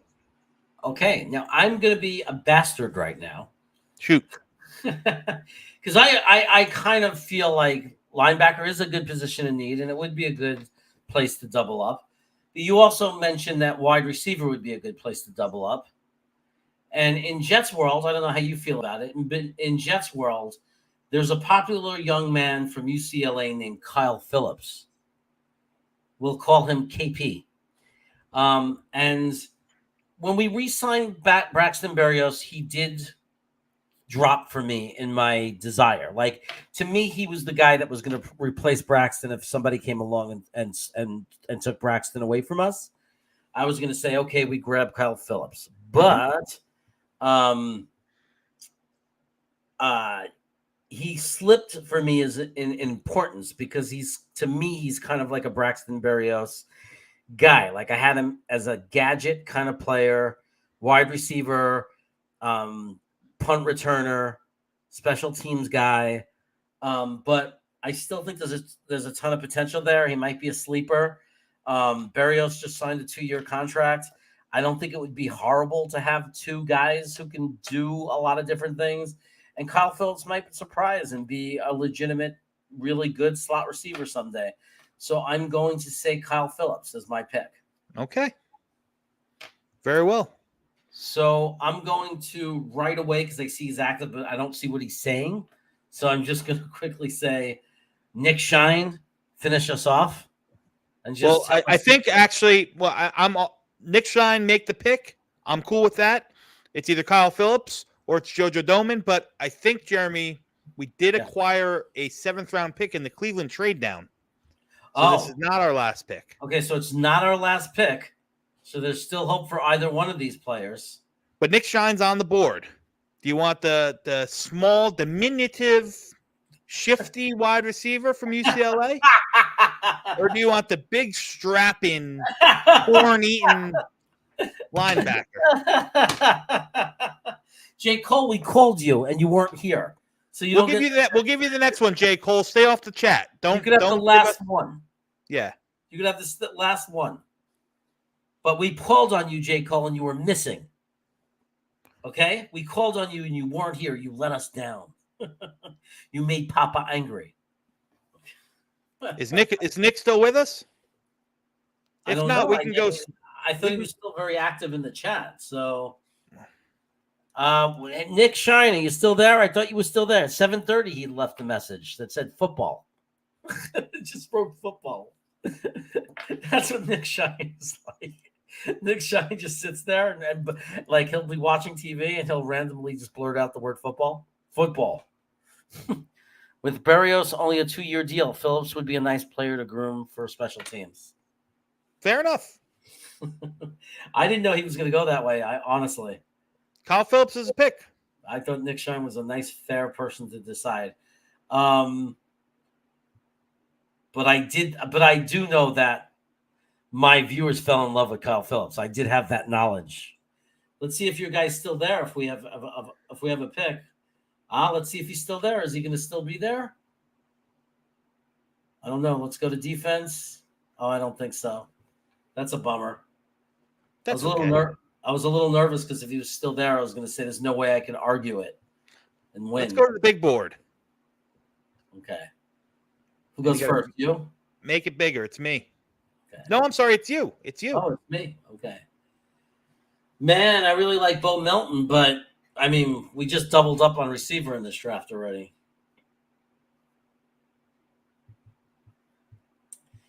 Is there somebody I know even at this point? I'm not used to picking here. That little speech error just gave me an idea. I'm going to say I would take Cade York out of LSU, kicker. You're going to lock up the kicker, huh? Even though we just brought in Greg the Leg? I don't think either. I don't trust anyone that we have in camp so far. Let me tell you, I love that pick, and it's no disrespect to any other kicker that we have on the roster, but it's a position that has just been forgotten for so long since we got rid of Myers. I love bringing in competition. Let Eddie work it out with, Greg the Leg and see what happens. But you don't go too far. Go back to those linebackers. Oh, I'm sorry. I was just showing somebody that Nick Cross was gone. Yeah, Nick Cross is gone. You want me to go to linebackers? Yes, because there's a name on there that I really like. Okay. If you remember on Wednesday, he's right at the top. If you remember on Wednesday, diamond in the rough. Yes. Now I remember. Jeremiah Gemmel, excuse me. North Carolina produced 90 tackles over the past 2 years here at North Carolina. Was a real dog. He's on the field all the time. Got a nose for the ball. Slow. Not the fastest of foot, but definitely a guy that I think is in the mold of what we want a New York Jet to be. He's gonna come in, gonna buckle his chin strap. He's gonna play his ass off, down and down. He flies all over the field. Again, struggles in man-to-man, especially when the guys get vertical on him because he just doesn't have the speed to hold up with those guys. But he could be, again, a good backup, situational linebacker. Definitely a guy that can produce on special teams and kind of someone that, from what I read and from what I saw, I liked. From what I read on him, is somebody that his teammates absolutely love. So I'm going to go ahead and take the linebacker, Jeremiah Gemmel from North Carolina. Okay, What does it say there? What does it say there? I don't even know what that says on PFN. It says that Jeremiah Gemmel isn't often referred to as part of the 22 NFL draft class depth at linebacker, but that needs to change. The 6'1", 225-pound defender is frequently revered by North Carolina coaches and players as the leader of the unit. That checks out on the field. Yep. Gemmel is an extremely energetic, fast-paced playmaker. He brings above-average athleticism, but his instincts and constant movement truly set him apart. With utility against the pass and the run, Gemmel has a lot of appeal. Ian Cummings. And we watched some. If you remember, Jeremy, we watched some clips on him on Green Bean's Patreon, and like I said, the guy's always around the play. He's got his nose in there all the time. He can apply pressure up the middle. He's stout. He's not the greatest, but he's solid. Suffice enough against the run. A perfect backup. With something to come, like I said, a guy who has an attitude like that, who's a winner, he's a guy who I can see develop over the next, 2, 3, 4 years to really being a maybe not integral, but a role player on this defense. And I know we said J. Cole could pick, so J. Cole, have at it. Have at it, J. Cole. He's going to go against me because I scarred him. I hurt his feelings before. J. Cole, where are you? Do you want the linebacker, JG, Jeremiah Gemmel, or do you want the geeker, CY, Caden York? Caden York, well, Jeremy he for takes Oh, Caden come on. I'm not even going to read all that stuff, but he takes Cade York. No. I won't. I can't accept it. But I like the do you like calzones? You got to admit there's some humor to that. You got to admit that's funny. The do you like calzones? J. Cole, I appreciate it. You showed your loyalty. We're going to default to Anthony G, though, and take the linebacker. But I love you for doing it, J. Cole. I love you for doing it. But I know deep down you wanted a linebacker, and Harry wants a linebacker. And I know that if I would have argued for Jeremiah Gemmel, you would have picked him. So you got to admit that do you like calzones was funny. Okay, he's not laughing. Okay, so here's how our draft runs. The kid makes me laugh. I'm sorry. Do you like calzones? Kyle Hamilton with our number 4 pick. I know that's not going to be popular in Jets world. You managed to find the one guy in the chat that actually thought that Kyle Hamilton was a good idea over Thibodeau. So, or I managed. I'm just kidding. I'm a little sour about that, but you know what? I wouldn't be angry. Kyle Hamilton is a transformative player. He is somebody who can transform our defense and be a tremendous impact player. I mean, if he turned out to be a Ronnie Lott, Ed Reed, Troy Pomalama type of safety, if he turned out to be that kind of safety, then there's no way to argue the pick. There's just no way to argue the pick, and he might. He might. You're banking on the talent. If you take Kyle Hamilton at 4, you're banking that the talent is head and shoulders above anyone else. And in fairness, as much as I like Lewis Seen, as much as I like Jaquan Brisker, as much as I like Petrie and Dax Hill, I think Kyle Hamilton's still a level or 2 above any of them. Arguably the best player in this draft. Arguably. Yeah, I mean he is an absolute freak. He's a freak. I can't say enough about it. I mean, my 2 favorite players in this draft, as far as will not be a bust. So forget about ceilings, forget about position. The 2 players that I would put above anyone in this draft as these 2 players will not fail. They are going to be all pro, incredible impact NFL players. It's Kyle Hamilton and Tyler Lindenbaum. I honestly believe that. I believe that they have the highest floors. They are the absolute safest picks. And I would not, as even though I never picked them myself because I'm more of a balance of position also. Especially if there was an edge available at 4, like Tibbs or Hutchinson, I will not be angry. I would be very excited if Kyle Hamilton was coming into camp, into OTAs. There's no doubt about it. So we went from Hamilton to Jermaine Johnson. Yep. High floor, great motor, plug and play defensive end from Florida State. Next with Devante Wyatt, filled that hole left by Foley leaving us with a special talent, a guy that can get after it in Devante Wyatt. Again, value right there at 35 is through the roof. I think Devonta Wyatt is a surefire first-round pick. How confident are you in Jermaine Johnson? I am very confident in Jermaine Johnson. Okay. Listen, realistically, and again, this is not as Dom C sees it, but realistically, if Kayvon Thibodeau and Aiden Hutchins are off the board at 3, if Jermaine Johnson was a pick at 4, I'd be all about it.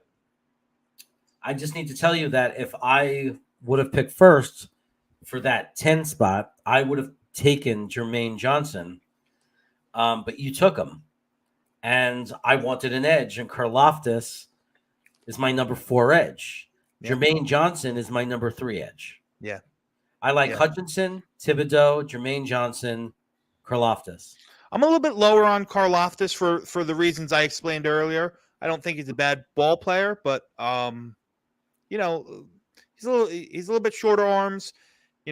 For someone who has that is supposed to come in here as a power rusher. I just question the fit. I think he's more of a fit for a 3-4 base defense to play that 5 technique on the edge, stuff the run, take up some blockers, so on and so forth. Again, I know they say his motor's phenomenal and you see that.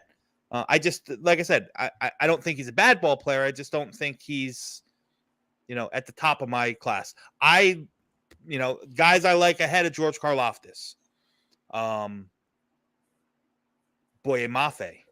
I think Boye Mafe is a special talent and a guy that I could see us trade. If we were to pass on for whatever reason, if we were to pass on edge at 4 and 10, or maybe trade down from 10 and not take an edge at 4, he's a guy I could totally see as a target. I think he's a little bit more pass situational to start. But I mean, the talent is immense, Trayvon Walker.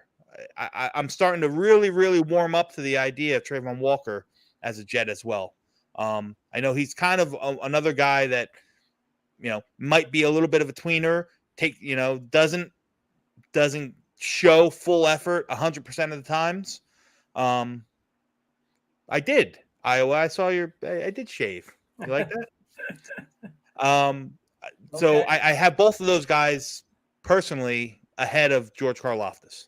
Okay. To answer Stud City's question, Neville Hewitt left after the 2020 season. He did lead the Jets in tackles in 2020, but he was not with us last season. We did not retain him. I think he had limitations. I mean, even though he had led us in tackles, I think that was just situational based on our defense. Carolina gave him a nice contract. Carolina re-upped him. Yeah, they paid him a lot, right? I don't know how much of a lot, but I know that he re-signed for a couple years with Carolina. I don't know the terms of the deal, but right. Hello, Del 83. How are you? What's up, man? I see him around. He's always around Green Beans chats and stuff. Glad you're here. Thanks for coming back. So you like Tyndall? What do you feel about Tyndall, Dom?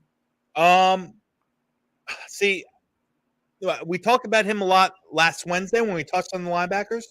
I think Tyndall is a good ball player. I don't know if he's necessarily a fit as a true off-ball linebacker. He does his best in that star role, that big nickel kind of linebacker, where he can kind of roam around and, has a lot more play in space. He's a phenomenal coverage linebacker. So I think he's much more situational than he is every down. So I'm a little bit more sour on him probably than the bunch. I think put it this way. I think there's guys out there like Quay Walker, like Asamoah, like I think Jesse Lokita even can, I'd probably, even though he's classified here as an edge, I think he plays off ball better than Tyndall. I think Tyndall is, he's not truly a linebacker. He's probably a little bit too big and too slow to be a safety. He's kind of that tweener. That's my take on Tyndall. Yeah. Okay. Hey, so we went. I love that we got Devante Wyatt. And I love that. There was a time when nobody was taking tackle at all in the draft. If not, they were waiting to the 5th round, even if they did. And I, from the very beginning, if you look at my early mocks, I was taking tackles, defensive tackles in 2nd or 3rd round, probably mostly the 3rd round with the 3rd round pick, saying that we needed that spot. Like, I wasn't happy with the way Fadokasi played last year. I don't think he's a 4-3 interior. I think he's a 3-4. I wasn't thrilled with Rankins. I think the rookie didn't really play all that well, although we're not going to give up on him completely. Marshall? Yeah, I mean, like, I wasn't sure about Marshall. I mean, I'm not saying that he's done. I'm just saying I wasn't thrilled. And I just felt that we need to bring in, actually, the reason I wanted to get a guy like Devante Wyatt, to be honest, is if we end up not bringing back Quentin Williams. Like, if he doesn't have a breakout year, but he wants $20 million a year anyway, and he just plays the way he's been playing, but he doesn't step it up, I don't want to pay premium money for a defensive tackle unless they're special. And so far, I like Quentin Williams. I'm not saying he's a bad player. I like him. I think he's good. Right now, I don't think he's a $20 million player. He still has to prove it to me, and that's why I think we haven't extended him yet. What's he going into, year 4? Yeah. So we technically we don't have to extend him, and we still have the 5th year option on him. Sure. You got some time. I don't think that the organization has soured on Q Williams. I think the Jet fan base being what they are, it's what have you done for me lately, and with all the promise that he does have. He has his moments where he disappears, but that's not to say that, that the abundance of talent is void. I think, Q Williams is as good as it gets. Well, I hope so. I just hope that I want him to really break out, because we're going to have to pay him either way if we want to keep him, right? I mean, it's already in my mind, they're going to be asking a lot of money, and somebody's going to be willing to pay it. So I would love for Q Williams to just break out and be an animal, and just be a stud, like, just ridiculous. Because I already love his timing. All his big plays always come at the right moments. It's always 3rd and 8, 3rd and 11. They're at our 15-yard line, and he makes a sack. You know what I mean? Like, I love him. Listen, the good thing is that we don't have to make a decision with him right now. You know what I mean? He's under contract. He's under contract for 1 more year. We have the 5th year option, so we have 2 more years to really decide. Yeah. I hope he works out. But Devante Wyatt, I'm just saying, not only would be a great partner for him in the middle, he's just a insurance policy. He's a phenomenal player. Yeah. So if for some reason it didn't work out with Quentin Williams, for some weird reason, at least we'd have a potential dominant tackle still on the team. I would love it if we kept Quentin Williams and Devante Wyatt was dominant, and we had 2 dominant guys in the middle, Carl Lawson on one side, a guy like Jermaine Johnson on the other, or Tibbs if we end up getting Tibbs. How amazing would that be? I mean, that would make us start to look like the San Francisco 49ers when they were in the Super Bowl. Yeah. It's really going to happen for us, everyone. I don't care how good the other teams are getting. It's going to happen for us. We're building it, baby. We're going to build a dominant defensive line. We're going to coach up our secondary.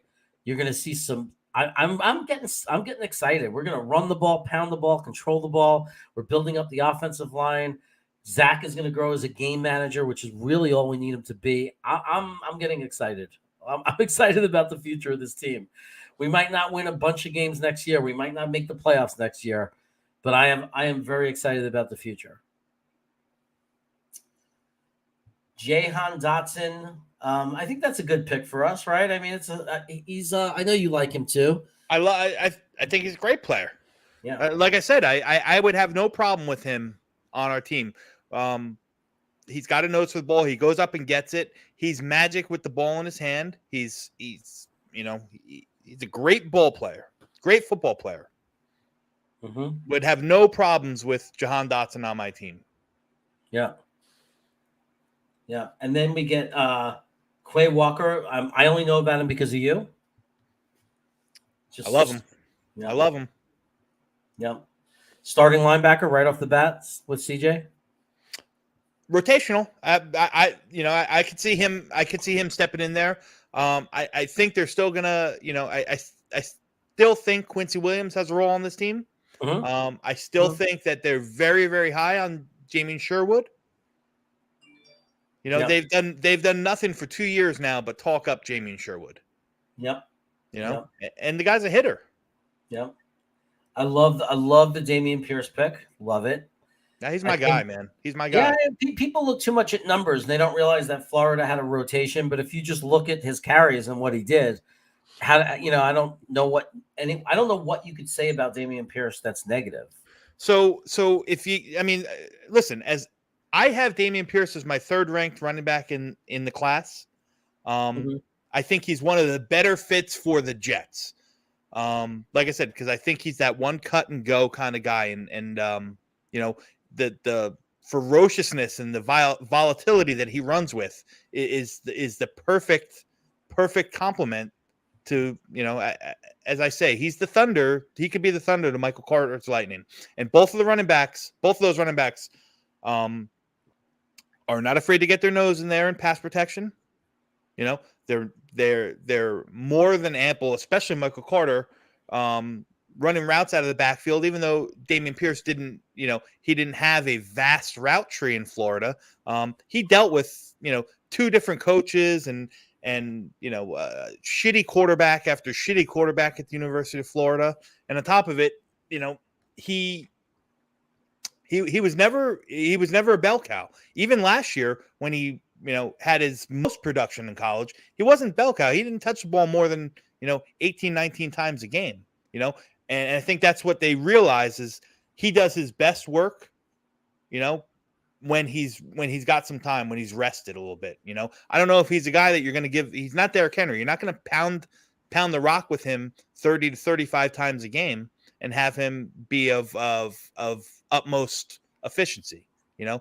He's the guy who, can get you the short yards when you need them.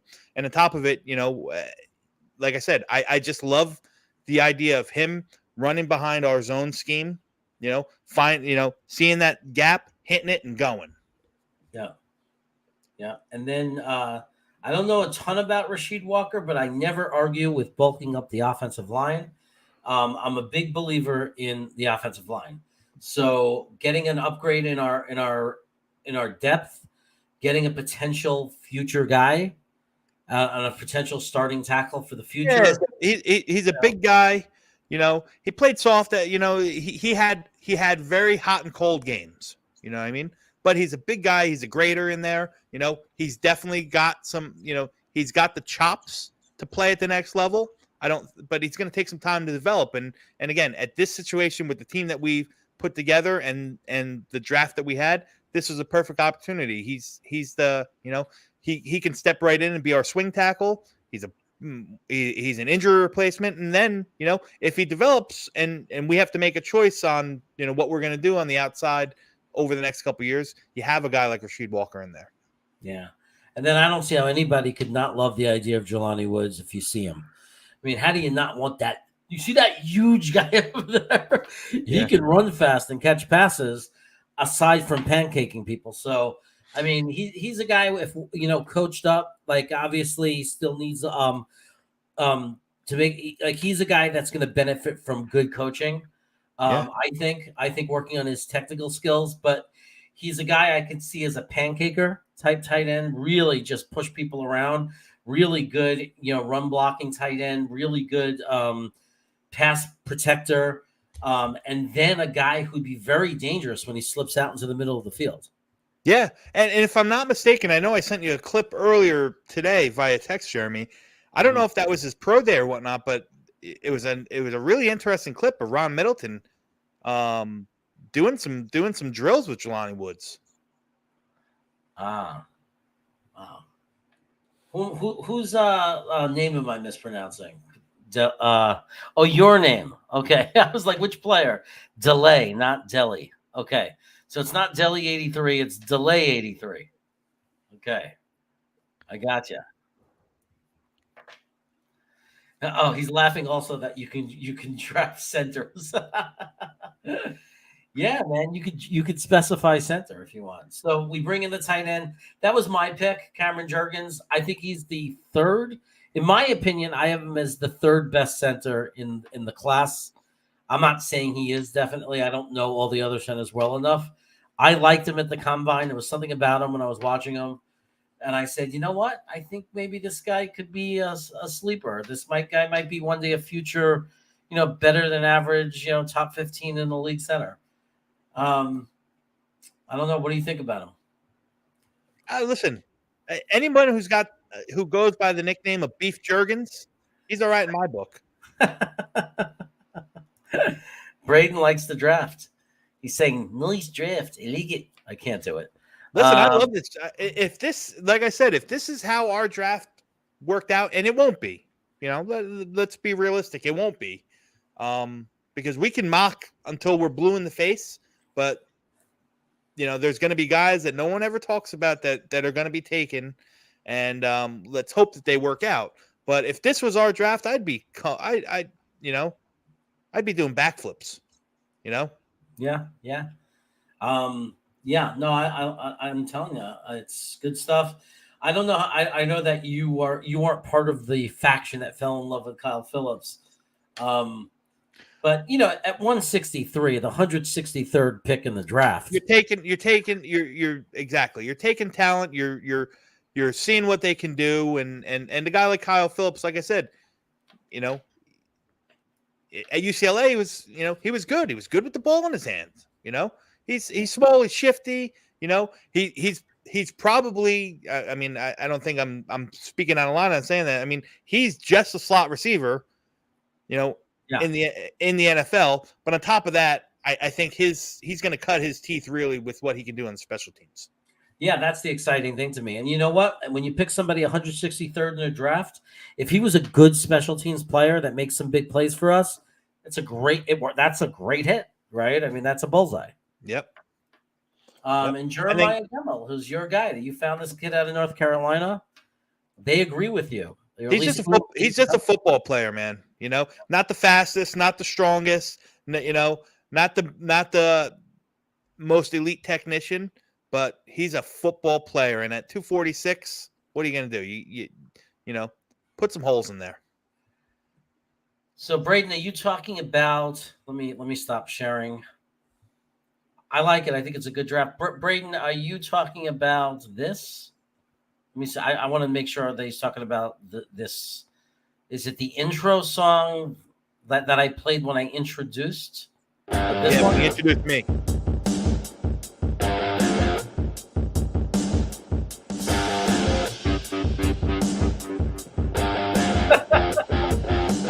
That's like my entry music, Braden. That's like if I was coming down the aisle of the WWE, that's what I would come out to, man.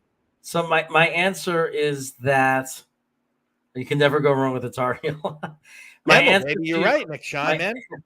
I'm serious, and I mean that wholeheartedly. Listen, there's probably a chance that the kid doesn't get drafted. I mean, he ran 4.69. I think he was officially timed at, and that's just slow. I get it, but the guy's a ball player, and there's something to be said about that. Just getting back to the question for Braden, I don't know. StreamYard one day sent me an email and said, new feature. There's music now, and they give you it's and I thought they were crappy. I didn't know because it doesn't give names of artists or anything. it just gives genre. So there's basically these genres of music that I can play. One is acoustic cinematic, dance pop, daydreaming, feeding the ducks, into space, lo-fi, whatever that means, night driving, and rock. So that was the rock track. Now the hope is that one day they're going to give us more choices. Like like what they're going to get licensing, and they're going to get they'll get to be a bigger company, and they'll make licensing deals, and they could play like some really cool songs. Like I would love it if they had like some Metallica, some rap, get some Snoop Dogg, that'd be awesome. So what does the chat think of that draft? You had to give it a letter grade.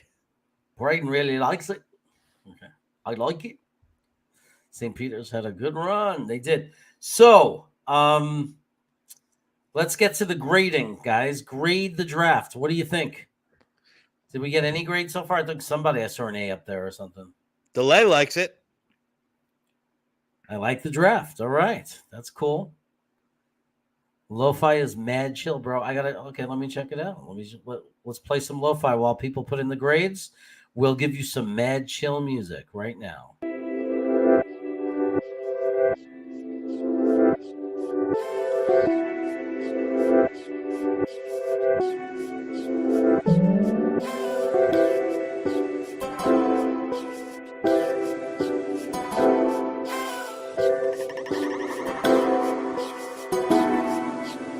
Putting me to sleep, Jeremy. Well, that's the idea, man. It's supposed to be chill. It'll help, like it can soothe you. Yeah, I could see, like chilling with my lady. So I see some of these grades coming in. Iowa Jet fan, what's up, Reed? I didn't see you here. He gives it an A-. Nick Shine says B, only because I hate Hamilton at 4. So stay there for a second, Jeremy. I got a question on that, Nick. I respect your thoughts and your intel on the Jets. Elaborate a little bit more. Do you hate Kyle Hamilton, or do you hate the idea of drafting safety at 4? I'm curious.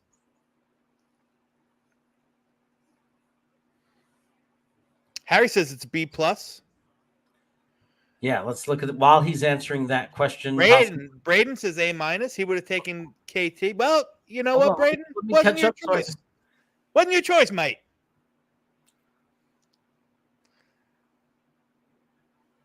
B+, B+. Hold on, where was Braden's?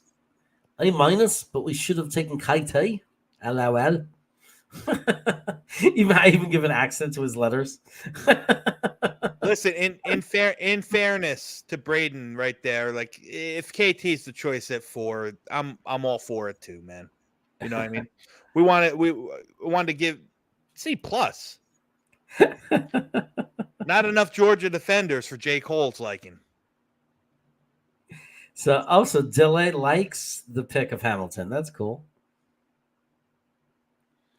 We need a chess piece on the back end.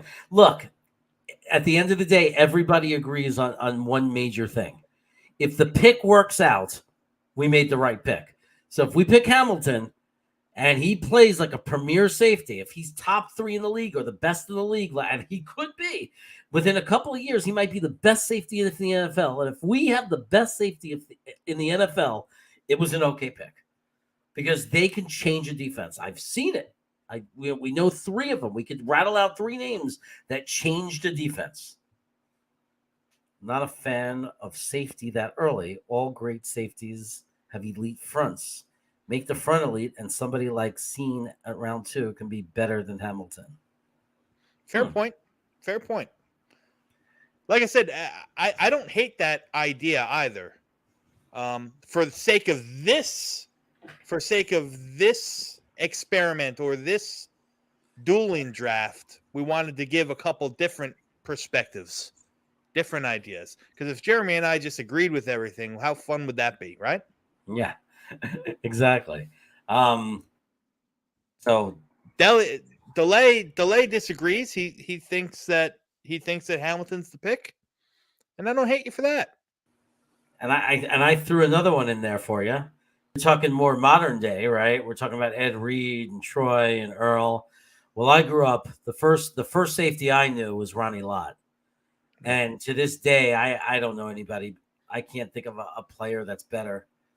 Um, So delay has a good has an interesting comment in here. I think it's one that's this one? a fair touch point where it says you rush 4 and have a shutdown secondary. So I guess there's a couple different schools of thought, and it really depends on what your defensive philosophy is, right? Because there's teams that build from the back forward, and there's because again, two sides to the coin. You get at the quarterback with pressure with your front 4 that you build that elite front. Your defensive backs don't have to have a lot of time, right? Or you can flip that around and say, if you have the elite coverage, you put guys that stick on their man to man like glue. You could take an extra second or 2 or 3 to get at the quarterback, or produce pressure in other ways, whether it be stunts up front, blitz in the middle linebackers, so on and so forth. So it's really scheme specific, and it really depends what the philosophy of the defense is. I would say, if history repeats itself, and the Saleh, inspired defense, they're going to want to build that front. They're going to want to get the pressure up front and fill in the holes in the back. Again, let the zone do what it does. Yeah. So Nick Shine comes in and he says, but all those 3 guys had elite front sevens. They may not have been the players they were without those fronts. Can we say that about a lot of great players, though? Can we say like a great running back wouldn't have been great unless they had a good offensive line? Great wide receivers wouldn't be great wide receivers or elite wide receivers without a great quarterback. Can we make that argument with any position on the field, though? Yeah. Deli, are we man-to-man or zone coverage? The scheme specific is more zone based, but they played a lot more off-man coverage last year than the solid defenses have in the past. Do you think it's because of the personnel we had? No, I just think I don't think it's I think why we played more men. I think it's a new scheme. A lot of younger guys. But we definitely. The idea of their defense is to be, more zone heavy than they were last year. So Nick and Delay disagree with each other, which is fine. I still think at the end of the day, if we took Hamilton, like I always say, I never take Hamilton at 4. I love when he slips to 10. I wouldn't say I never take him at 4. I never take him over Hutchinson or Tibbs. If Hutchinson and Thibodeau aren't there, I'm okay with taking him at 4 unless somebody makes us an amazing trade offer. Like if somebody makes us a killer trade offer, then I consider it, the trade. But if Hamilton's there at 10, I almost always take it.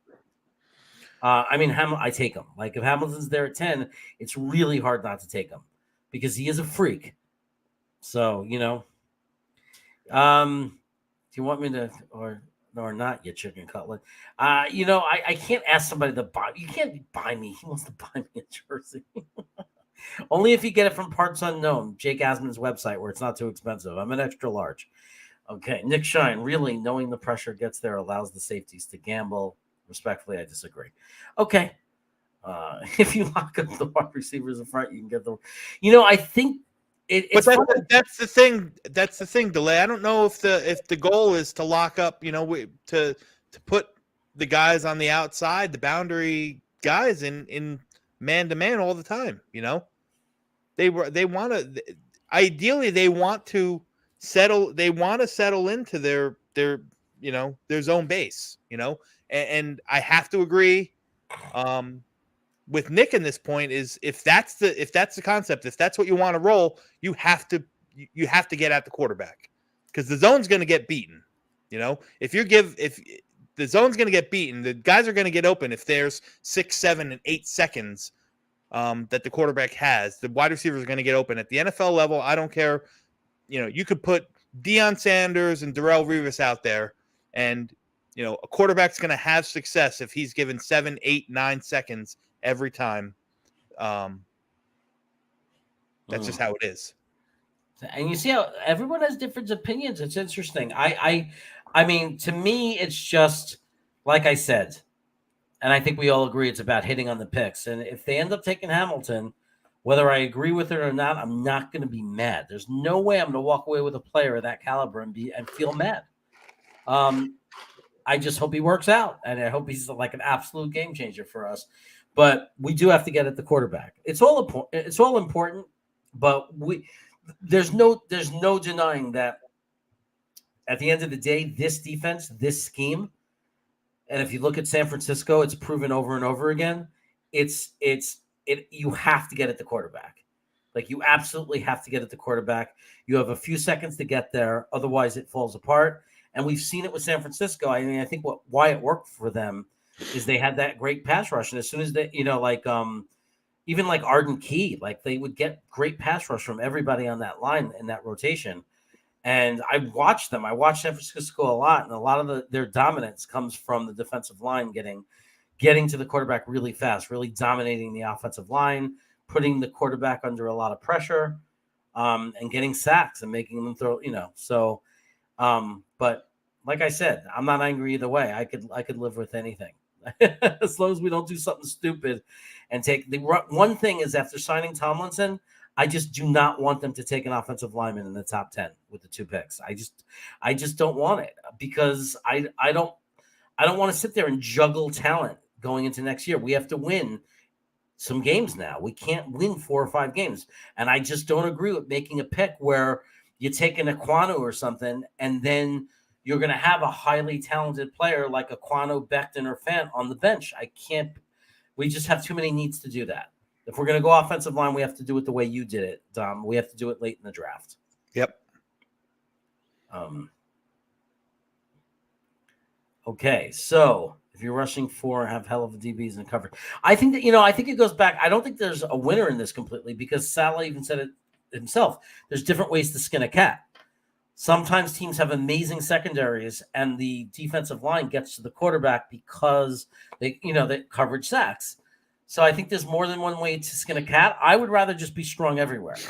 I want to have a great pass rush and I want to have a great secondary. So, like, how awesome would it be if Hamilton slipped to 10 and we had Tibbs and Carl Lawson and Tibbs, or Carl Lawson and Hutchinson and JFM and Quinnen Williams, and we have this incredible, and we get a guy like Devante Wyatt, and we're pressuring the quarterback and getting to the quarterback and eating the other team alive, and have big playmakers in the secondary. How awesome would that be? Yeah, it'd be fantastic. It absolutely would. Yeah. They're still talking about it though. So let me jump back. Owen is here. What's up, buddy? What's up, Owen? Who's better, Pickens or Watson? Who's better, Pickens or Watson? What do you think? I think they're 2 completely different. I mean, they happen to play the same position, at wide receiver, but I think they're 2 completely different players themselves, and really it depends what your liking is. Pickens is much more physical, but I think Watson's much more of the athletic freak specimen, can do a lot more probably with the ball in his hands. I don't know if I had, again, it really depends what your liking is. Yeah. I would love green, white on green, or green AVT jersey. Wouldn't that be a cool jersey to have? Zach's gig, so I have to tell him. Okay, Iowa Jets fan chimes in.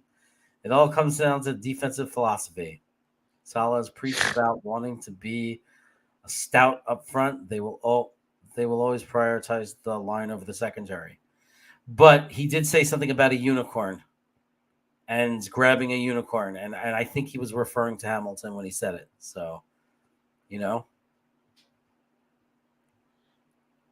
I can't disagree. it's so important. Ness does this all the time. He's about two things: making sure everybody knows that I like snacks, and I am snacks, and making sure that people smash the like and subscribe button. And he's right. Please make sure you do that. I think most people here are subscribed probably, but they might not have hit the like button. You know, oh man, yeah. I mean, I kind of agree with this statement right here. I like this statement right here. I love the upside of Watson. I mean, how can you not? He's just a freaking bullet. He's big, he's strong. I don't like this thing that's going around that he doesn't make contested catches. I don't think it's true. I don't know what people count in that chart when they say he only makes this percentage of his contested catches. Like, are they counting bad throws? Because every bit of tape I've watched, Tom, I don't know how you feel about this. I've been literally typing in North Dakota 2020, 21 to like see games. Mm-hmm. And I can't find games where he's dropping or not getting contested passes. I don't know what they're talking about. I watched every offensive play, and sometimes they throw behind him. I think I was watching through the whole season. He had a couple of drops, like anybody, right? But most of it was just missed times with the quarterback, bad plays.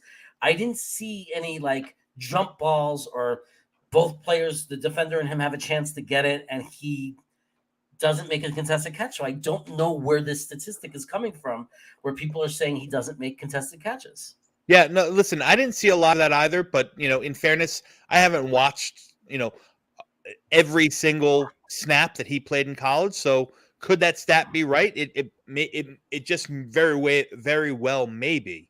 But I think with a guy like Christian Watson, what you're doing is you're banking on the upside, right? You're banking on the upside that the guy has. I mean, you know, North Dakota State University, yes. You know,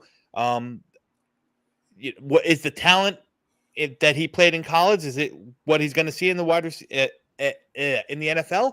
No, it's not. You know, but you know, you're banking on the upside of the athlete that he is can really rise to that occasion. Maybe, you know, maybe hone in and tune in or be coached up in the spots or the areas that he lacks. But I'll say this. I'm not saying it's an NFL comp for him, but when I watch Christian Watson, it reminded me a lot of Deebo Samuel in the fact that they put the ball in his hands in so many different ways because he's a playmaker. You know what I mean? And that's what I think Deebo Samuel is. And I know Deebo Samuel is getting a lot of love these days in this, you know, maybe he's going to be a Jet, you know. They don't know if they're going to sign him, this, that, and the other thing. I think Deebo Samuel is phenomenal. I think he's a phenomenal player with the ball in his hands. He's an athlete. I think he's that before he's a wide receiver. You know what I mean? If that makes any sense. Yeah. You know? Yeah. He's a weapon. He's an offensive weapon. And that's what I got out of Christian Watson. And tie that into the fact that he's 6'5" and runs a, you know, sub 4.40. You know what I mean? And is elite in kick and punt returns. So they're going to choose the wide receiver they feel complements what they have the best. Listen, a guy and Pickens, you know, somebody mentioned earlier, you know, compare Pickens to Watson. Like I said, they're completely different, man. Pickens is more of that, you know, he's that physical receiver. He's that true X. You know, Watson, I think, is a little bit, I don't know if he's dead set on as just an X or an outside wide receiver. He's more of a weapon. You know, he's more of an offensive weapon. You can give him, you know, the ball on the, you know, on the wide receiver screen. You can you can put him on an end around. He's going to outrun most of the defense. You know, he can do a lot of damage, getting vertical. You know, blowing by guys on 9 routes. He can do a lot of damage on the quick stop flat routes. Get the ball in his hand in space and let him do work. Iowa Jets fan is very big into a player's ass. So he's saying there's a correlation between the football greatness and the mass coefficient of their glutinous or I think I think he's jabbing at me, and I hear you, touche, Reed, because we were talking about somebody one time, and I said the guy's just a little bit light in the ass. Nick Shine, from your mouth to God's ears. Boy, would I love, not that I don't love being an educator, but boy, would I love being a full-time podcaster. Man, would I love that life. If this was it, my God. I think Pickens is similar to London. Yeah, that's Watson is a big yard after the catch guy, and he is. As Untitled, he makes the same point. Great minds think alike, Nick. Great minds think alike, buddy. Yeah. Hey, man, I don't. I just, I'm gonna trust. I'm gonna trust the organization with it. I don't know what they're gonna do about wide receiver guys. I don't know if they're going round 1, round 2. If they're gonna still sign somebody. I don't know if they're gonna trade for somebody. All I know is I'm playing it cool. I'm gonna be patient, and I'm gonna wait patiently, and I'm gonna see what's gonna happen. And because we have great picks, like you just see every mock draft we do. Even when we go off their ranking system, even when I went in to walk the mock and I couldn't even break it down by position, it was rushing me through. I ended up with a good team. I think with our draft capital, it's really going to be hard to screw this up. I really do. I think we are going to pick up a lot of good players. And with the free agency and the good players that we picked up, I just feel that we're going to go into the season more prepared, a better team. But I am going to acknowledge that we're going to have a lot of key position players that, just like last year, are going to be rookies, because we're going to get 4 premium picks, 5 premium picks if we don't trade them. So if they're all seeing the field, that's still a lot of young guys on the field. Sure. Which is why I don't think we're going to take that jump from 4 to 10 to 11 wins, and we have to be patient and allow for a 7 to 9 win season. So Delhi has this, that you have that comment you have up. They probably will go receiver in round 2. Depending on how they rank, how they have them ranked and how they have them tiered. Yes. But I will say this, that back half of the first round is now a bit scary if we do not address wide receiver at 10. I mean, I don't think it's an option at 4, and I know it's an option for a lot of people at 10. I'd be willing to wait. I'd be willing to roll the dice, in hopes of landing a guy like Jahan Dotson or Pickens or Watson or a plethora of different guys. But I could see there being a strong push for wide receiver towards the end of that first round. Again, KC now has 2 picks in the first round. Tampa Bay could use a wide receiver. New Orleans could use a wide receiver. Philly could use a wide receiver. I mean, that's 5 right there. And I'm probably missing, some other obvious. Buffalo could use a wide receiver. Here's a prediction from Nick Shine. Moore talks Brown into demanding a trade only to New York.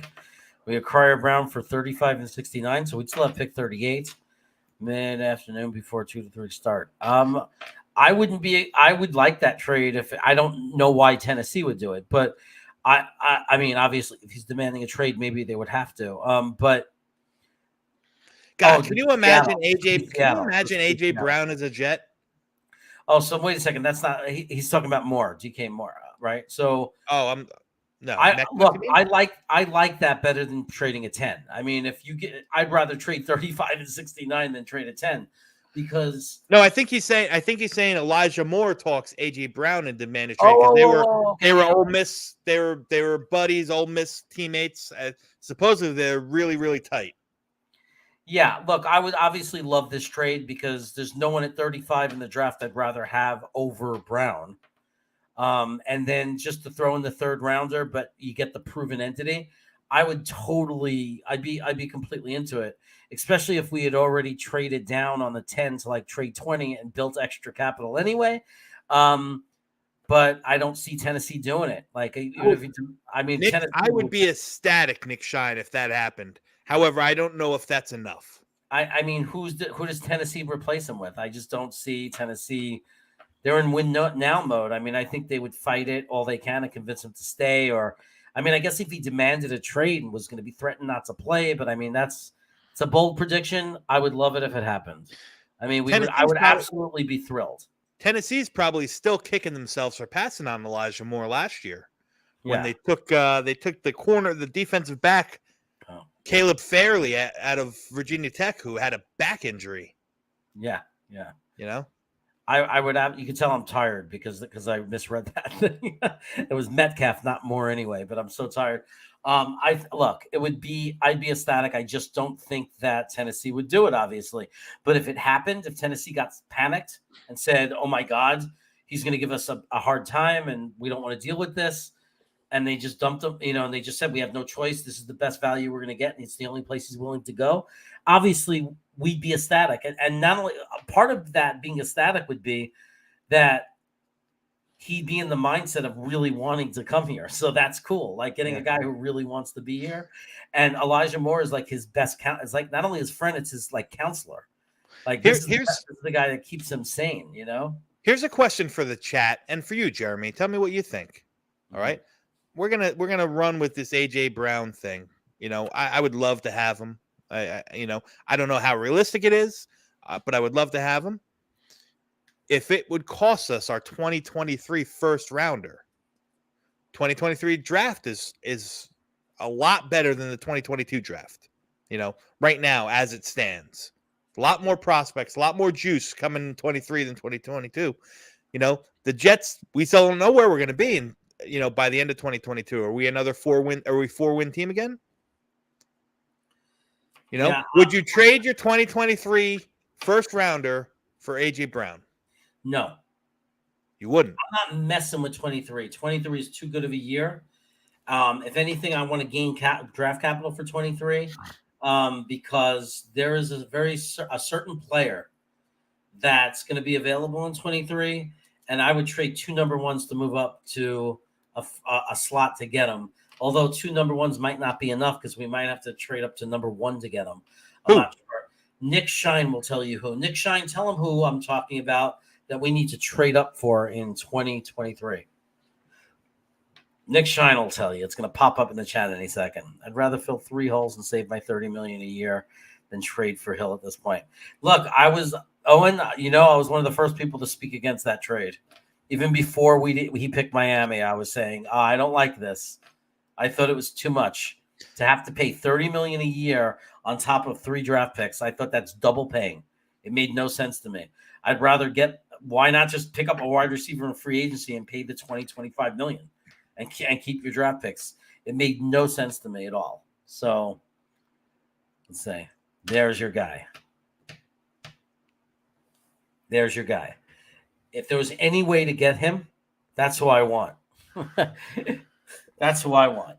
Well, Will Anderson, I mean, he was a man amongst boys last year, and he's still learning. He's still growing, man.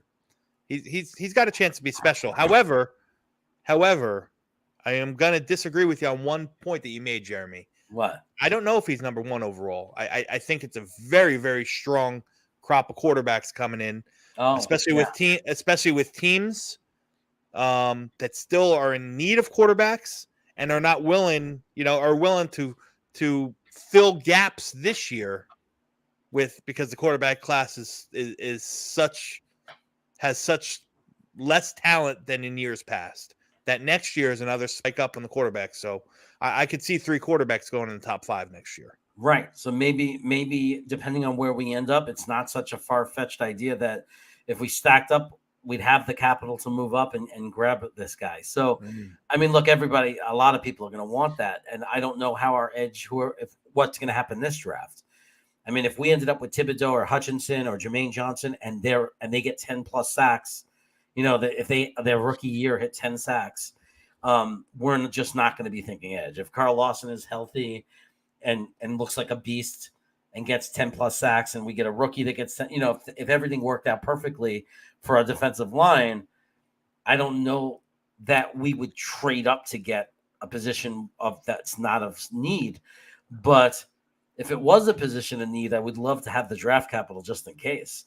But anyway, I just don't but in general, even without Will F. and Anderson, I don't want to trade capital. I don't want to start.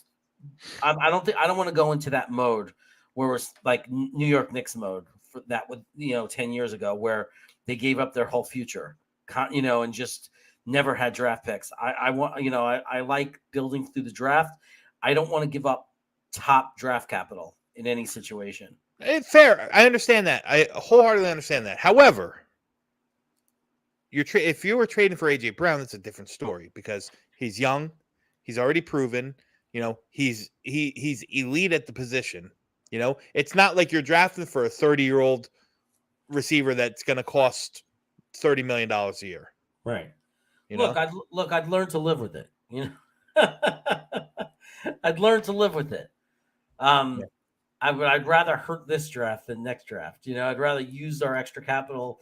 I'd rather use our top picks right now to gain extra picks, and for next year and this year, and then lose a little of it this year, and for that move, and then still have next year. But if the guy comes in and he kicks ass and he makes a difference and he has an impact on the team, and he's young and he's going to be here for a while, especially then who am I to argue that? So yeah. That's why I was messing up the name Moore with Brown, because that's my mistake. Because I was thinking Moore because they're both friends with Elijah Moore and they're both Old Miss guys.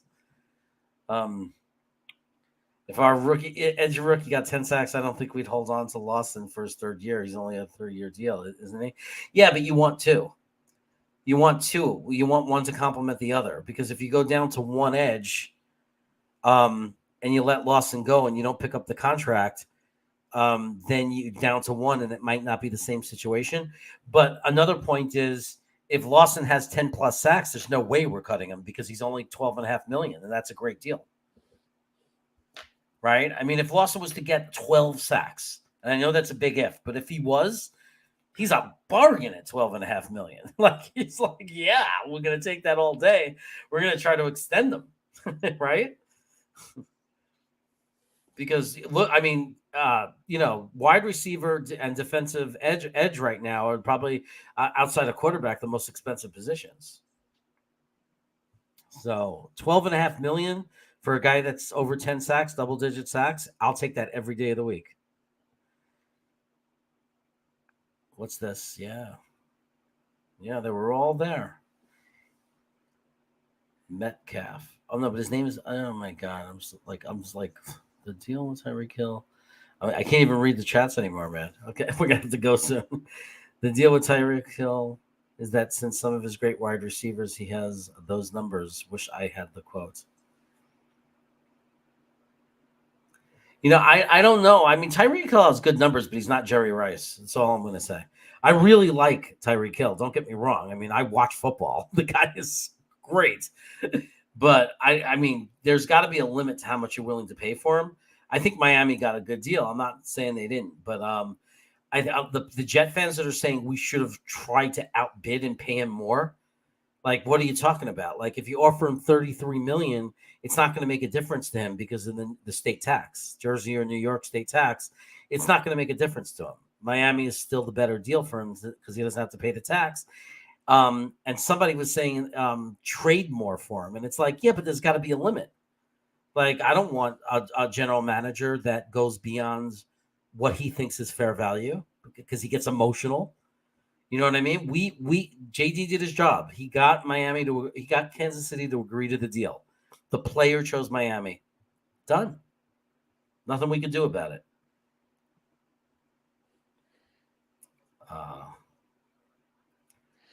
Yeah, but somebody put up a thing of Lawson before the injury. So if you're talking about Boy Green's video on Twitter, he did say in a response, "Oh, just to be clear, this was before the injury."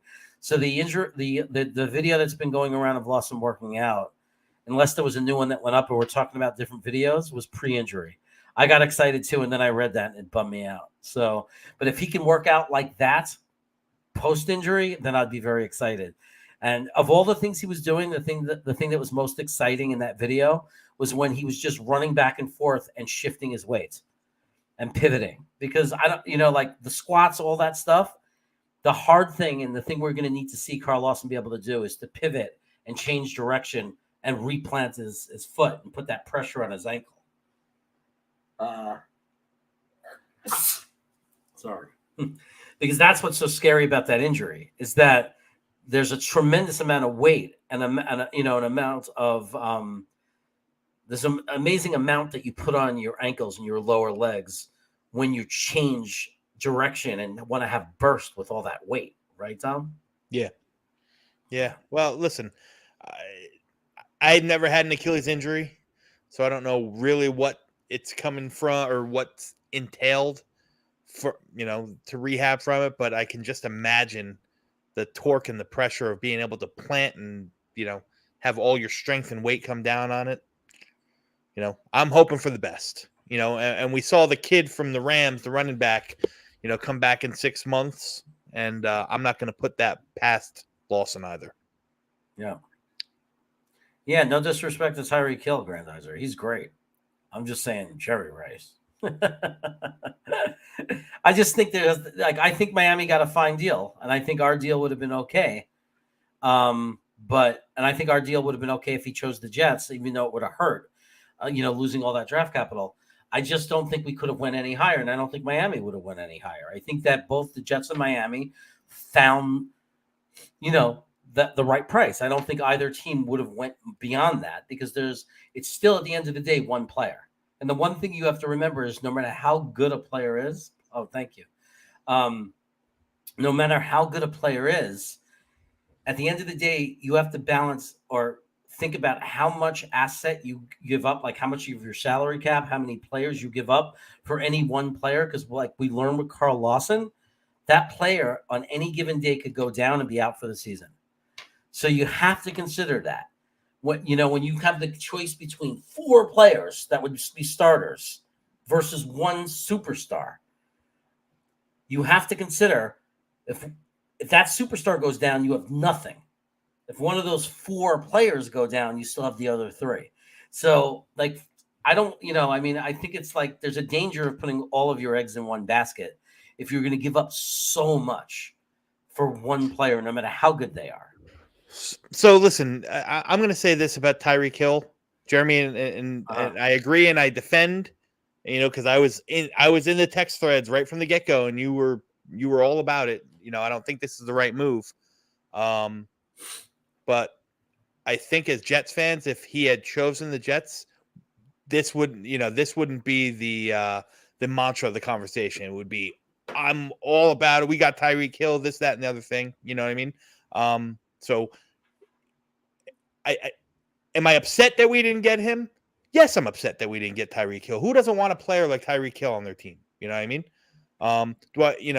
Can I justify us reasonings for not getting him or how it's better that we didn't get him? Yes, I can do that as well. You know what I mean? But I think that's where that kind of fandom comes in. You know what I mean? Yeah, well, I'm okay if we would have if he chose us, I would have been fine, and I would have been damn excited about getting him.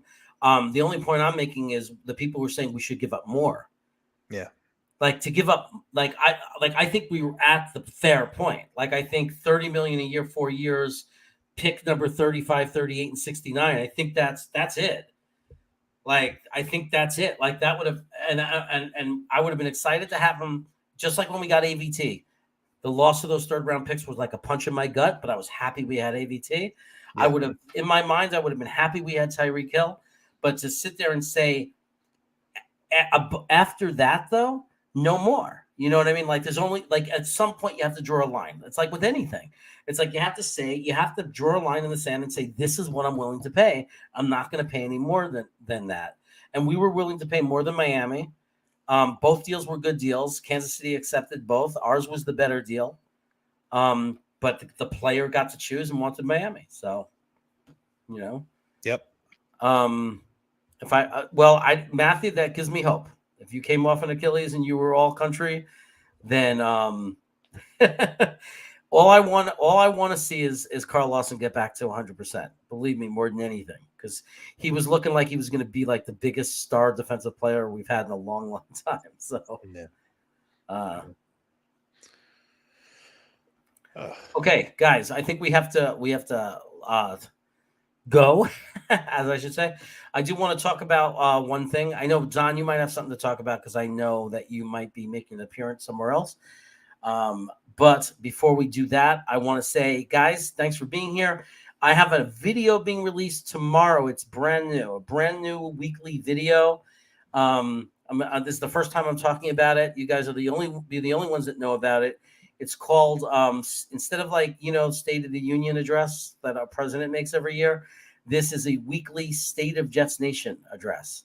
So every week I'm going to be sharing a video that I create and make. That it's not live, but it'll premiere every week on Monday morning, just like the other guys do. I'm going to have a video that basically talks about the state of the Jets week by week. And obviously tomorrow I'll talk about a lot more about the Tyreek thing, the kicker situation.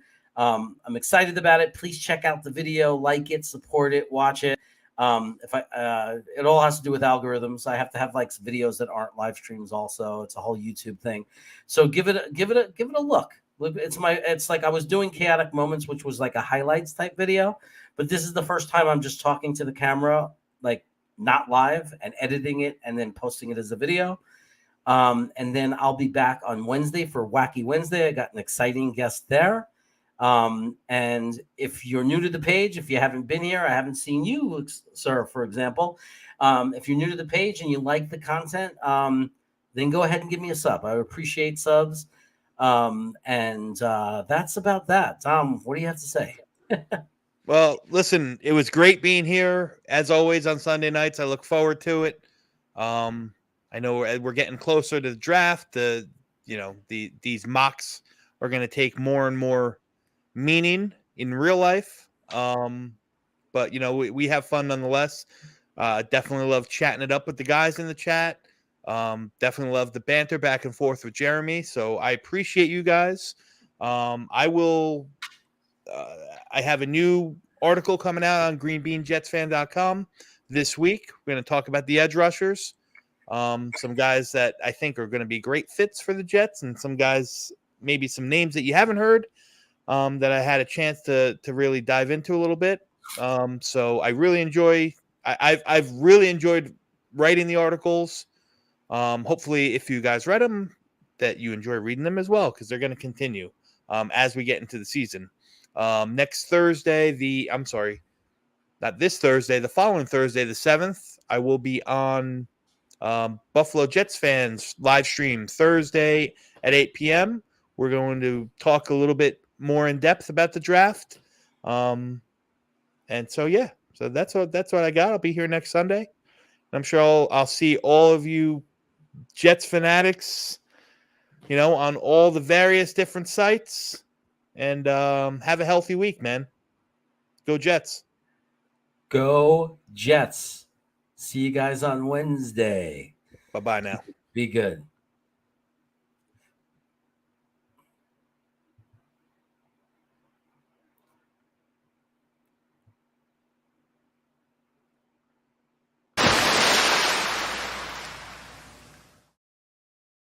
I would regret it if people look back at the first episode and you weren't on it.